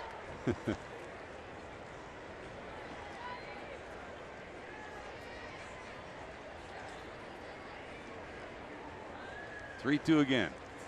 Look out. Well, the one thing you don't want to do here is walk anybody, and even with a 6-run lead, you get to the 9th, throw strikes. Well, what you don't really want to do is end up having a kind of inning where it's going to make it difficult to bring you back in tomorrow. So, ideally you go out there and you have what is Brian Price had planned, which is a nice tune-up inning. Throw 15, 18 pitches at the most. You get out of the jam. You go have a cold one after the game, and you come back and get them tomorrow.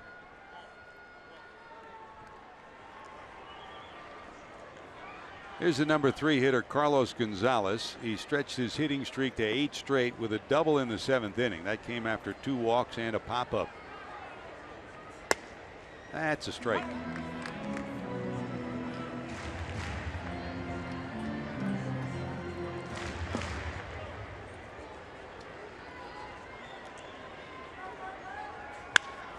This one hit a ton to center. Hamilton going back at the wall. Forget it. That's going to be in the trees in center field. And for the 4th time in 5 games, Gonzalez has homered.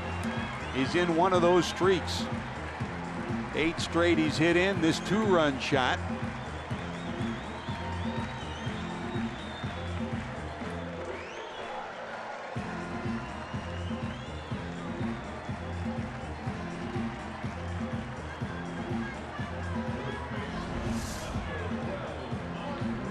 Well, this is the guy that you just can't fool around with. He took a first pitch strike, and Cingrani comes right back with a fastball and right out the front door.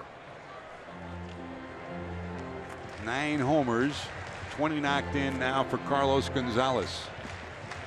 And here's Reynolds. Mark 1 for 4, single to right. All right, so if you're a Reds fan sitting at home, you're thinking no problem, 4-run lead. If you're Brian Price, you're thinking, don't tell me I'm going to have to get somebody else up in the bullpen. Exactly. And if you're Tony Cingrani, you're thinking, I can't believe I came out here and I've already given up 2 runs and I don't have an out yet.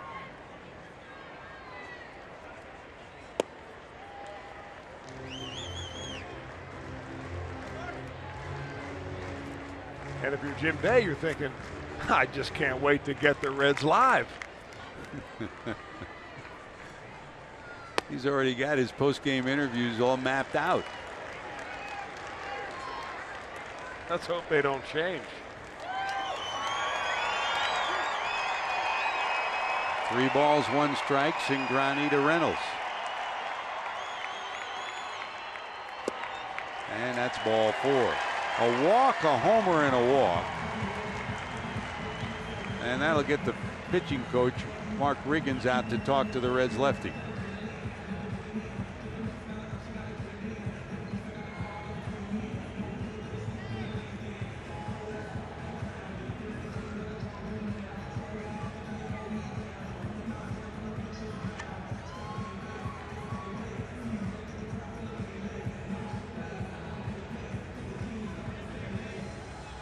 Yeah, I got to figure that pitching coaches must carry around one of those little paperback books of one-liners. You know, the joke books. Just so you can go, like, what are you going to say out there except throw strikes? You never want to say that. So you go out there and you give them you give them a zinger, if you want to call it that. And then you head on back to the dugout. Maybe break the tension a little bit. There goes the runner. Nobody holding him at first. No stolen base for Reynolds, so the double play possibility is erased. And here's Parra. He singled in a run back in the third. That's when the Rockies took a 2-1 lead. 1 for 4 is Gerardo Parra.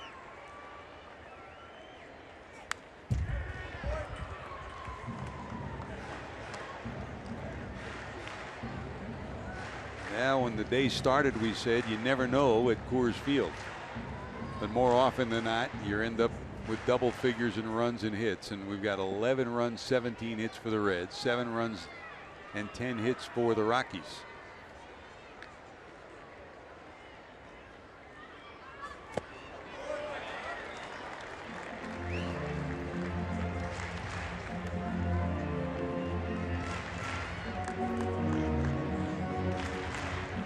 Two to the Rockies left fielder. Trevor Story on deck.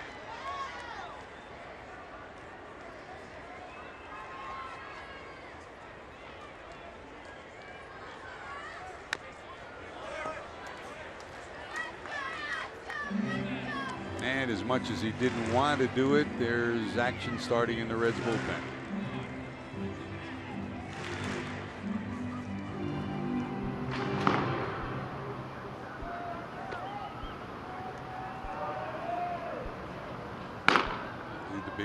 J.C. Ramirez starting to loosen.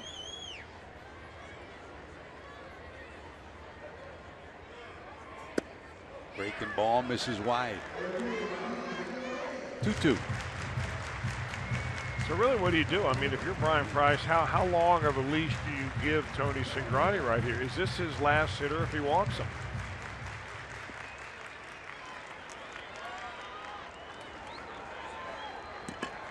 You got the right-hander Story and then the left-hander Descalzo up after that. Well, but you also have Nolan Arenado in the dugout. And if this game gets close, he's not wasting away sitting on that pine. And don't you know that those two guys know who's sitting there loosened with his bat? Tied for the league lead in homers last year. Silver bat winner at third. Got the day off today, but available to pinch hit. 2 balls, 2 strikes, Cingrani to Parra.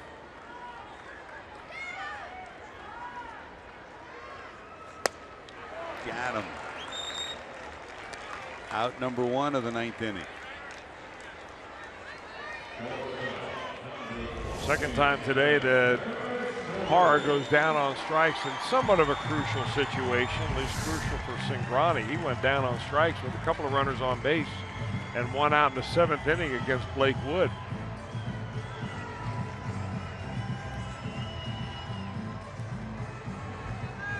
Well, here comes Story. Trevor today struck out, walked, bounced back to the pitcher and walked again.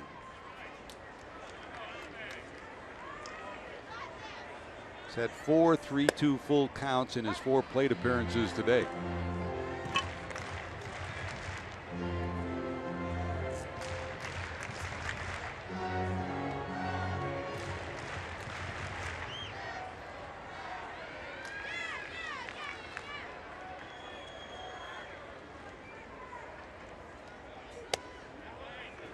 Up and wide for a ball. Already completed. Atlanta beat the Giants 5-3 on this Memorial Day. Cardinals over Milwaukee 6-0. The Mets, it was a Matt Harvey day today, beat the White Sox 1-0. Houston beat Arizona 8-3. Seattle over San Diego 9-3.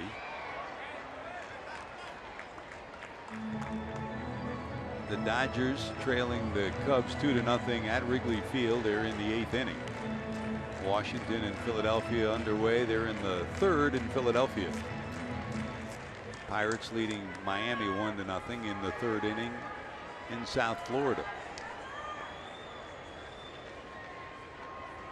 Here the Reds with a 4-run lead in the ninth. Cingrani trying to nail it down. 2-2. Well, we are up now to 26 pitches for Cingrani.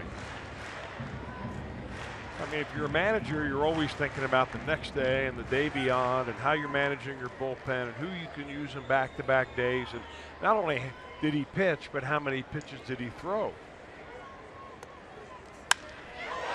In the air to center. This will stay in the park, though. Hamilton under it. Runner tagging at second. Going to third easily, but the Reds want outs, and that's the second out of the ninth inning. Advancing to third is Reynolds. And here comes Descalzo.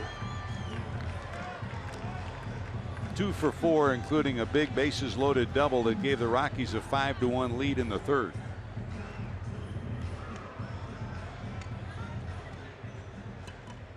American League, Boston beat Baltimore 7-2. Oakland defeated Minnesota 3-2.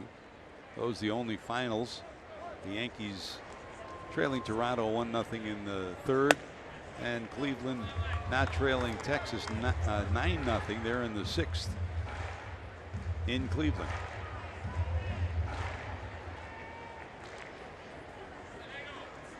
Ball 1 to Descalzo. Missing up and in, and it's 2-0.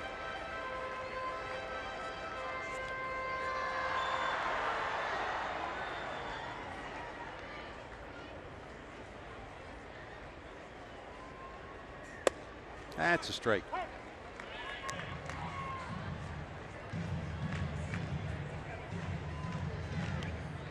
You score 11 runs and 17 hits, you think it'd be easy in the ninth. Nothing's been easy this year. Just miss it inside, and it's 3-1.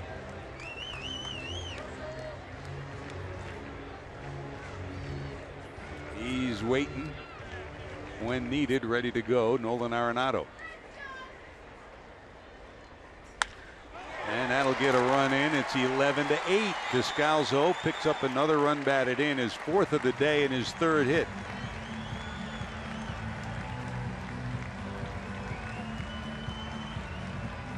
And that'll be it for Cingrani. Brian Price on his way out. So Cingrani gets 2 outs in the ninth, but gives up 2 walks, a homer, and a base hit. Time for our Skyline Chili call to the bullpen. You're watching Reds baseball on Fox Sports Ohio.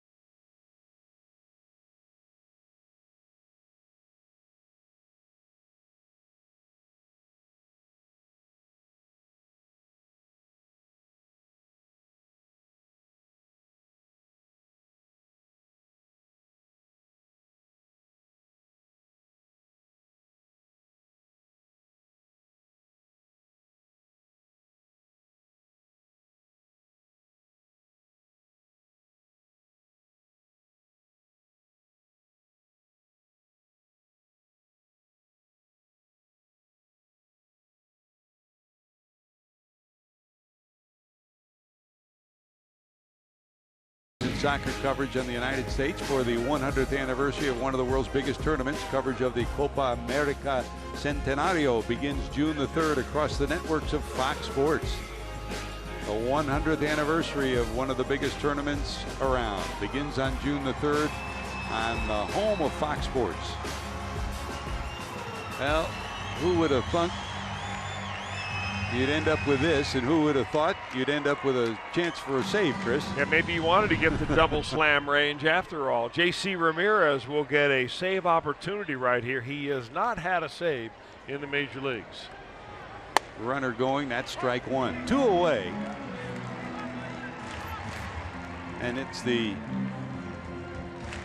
catcher, Garneau, hitting in the 8th spot with the pitcher due up next. And Nolan Arenado has moved into the on-deck circle. If Garneau can somehow keep the inning alive, Arenado would come up and he would represent the tying run.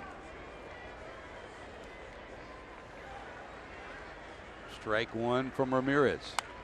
Fouled off 0-2.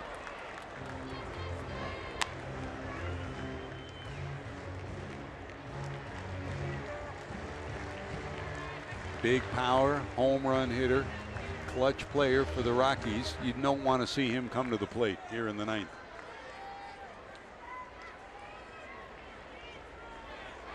No balls, 2 strikes.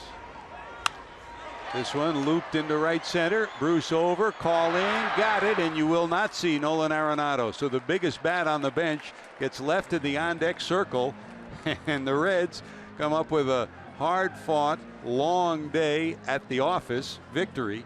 Billy Hamilton provided some offense and great defense. Joey Votto came up with his 200th career homer and a bases-loaded ground rule double that tied the game. The end result in all of it, the Reds come up with a victory in Game 1 of this 4-game series here in Denver. Long day, Chris, but when you win, a smiling scoreboard. Oh, you're not kidding about that, George. You almost expect this kind of a game when you right. come into Coors Field, so you have to prepare yourself mentally, although a lot of players on this team, especially on the bullpen, have not been to a game here yet. So all they've heard about was Coors Field. Well, now they got to see it up close and personal. A win is a win. And the guy that gets the ball in his glove at the end of it all is J.C. Ramirez, who picks up the save, and the Reds can march off into the clubhouse on the smiling side of the scoreboard. Coming up next, Reds Live, presented by Performance Kings Honda. Reds win it 11-8 over Colorado. Scoreboard totals are correct.